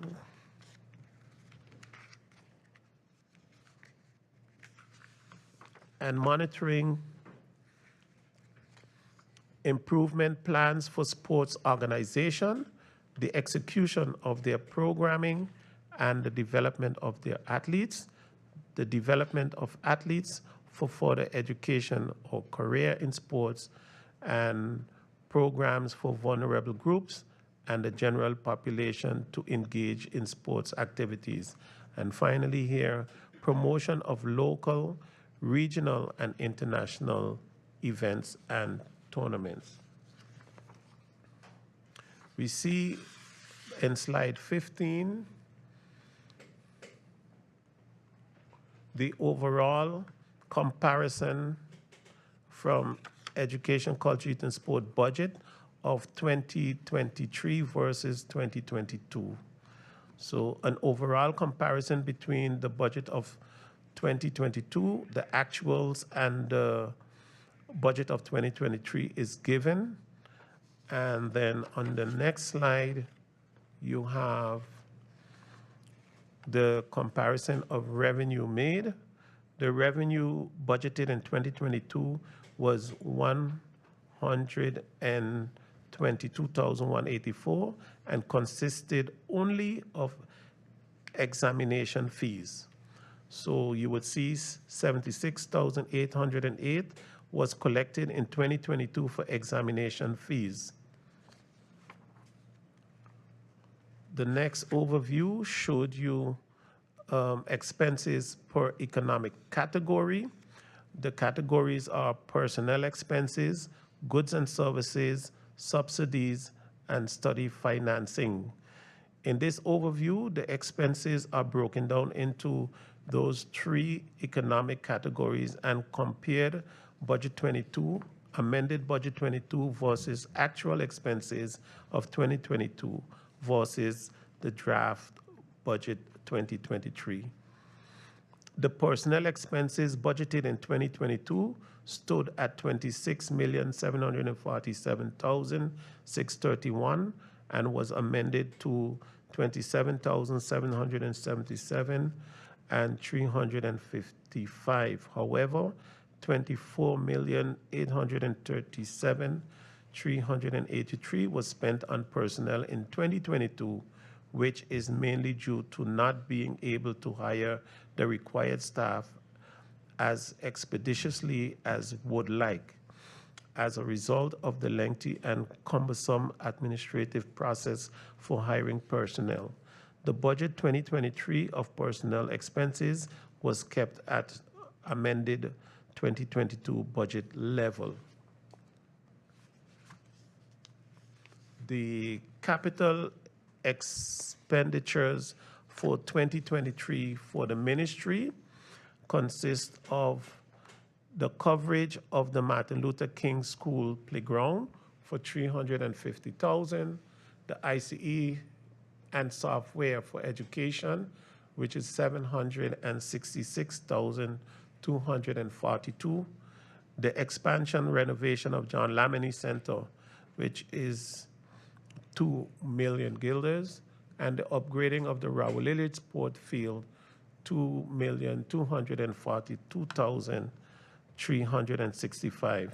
We also see a capital expenditure planned for the completion of the construction of the Prince William Alexander School Phase 1 in St. Peters at $1,350,000. And also we see capital expenditures planned for the addition to the NIPA building at the amount of $500,000. The capital investment income for the Ministry of ECYS only includes the student loan repayment for 2023, which is budgeted at $315,000. Under other matters, we have the following. The trust fund projects, rebuilding of inclusive schools, the rebuilding of the Jubilee Library, the building of the Ministry Management Information System.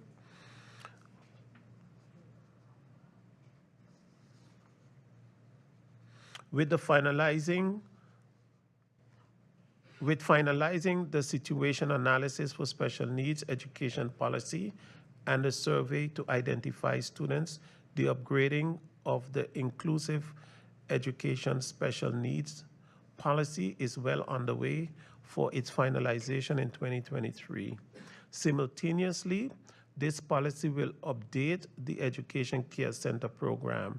The policies and the program are the basis for the outline of the design of a new to be constructed Charles Leopold Bell School in Cold Bay, a public school to open its doors in 2026.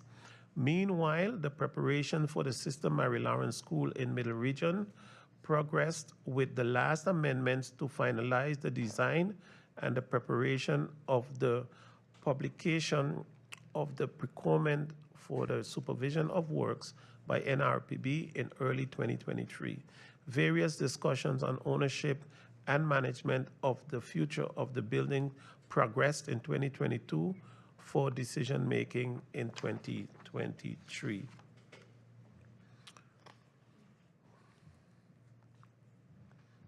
We have also under other matters, our ministries continue to collaborate in education, culture, and research under the four-country platform known as Finland Overleg.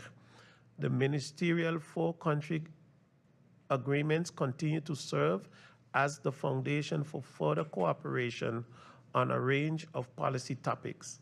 The topics, to name a few: cooperation on higher education, study success, Caribbean students in the Kingdom, Strategic Education Alliance program, and studying in the region, Culture Fund, Culture Education, Intangible Cultural Heritage, and Underwater Heritage. Several working groups composed of professionals from the four countries in the Kingdom will address these challenges. The Rehi group, made up of civil servants at the managerial level, will keep an eye on the progress of the working groups. The ministers will continue discussing the strategy education partnership and the study in the region agreements with a virtual ministerial Finland Overleg set for April 2023. Also on the other matters, education review. In 2023, the Ministry of Education, Culture, Youth, and Sports will review its current plans against the priority areas identified in the final report of education review and will draft a plan of action towards the realization of the ministry's priorities for the improvement of the education system.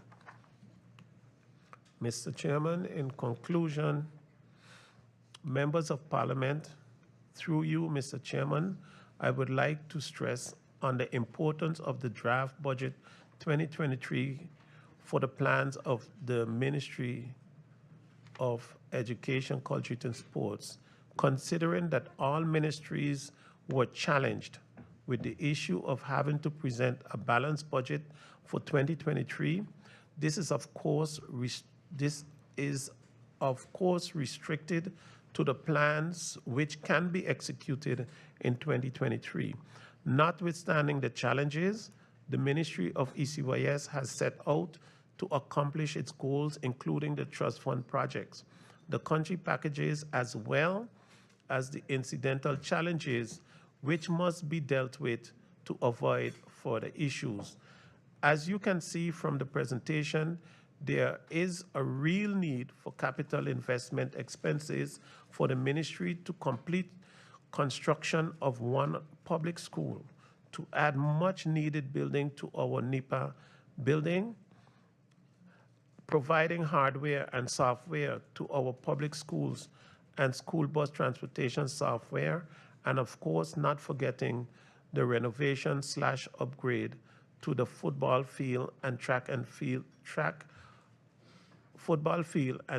of the Rawalele Sports Complex, providing a covered area for our students at the Dr. Martin Luther King School to play so that they can enjoy recess even when it rains or when the sun is extremely hot.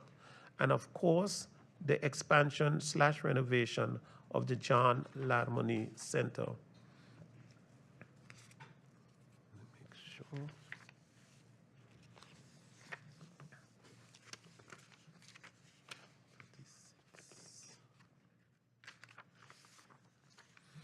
We would love to do much more.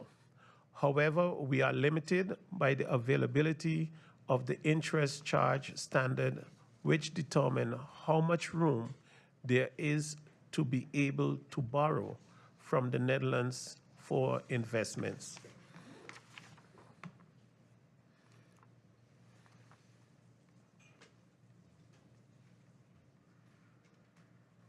Finally, I would like to thank you for your attention and look forward to any questions raised. I would also like to thank all the persons who have contributed in one way or the other to make this presentation possible.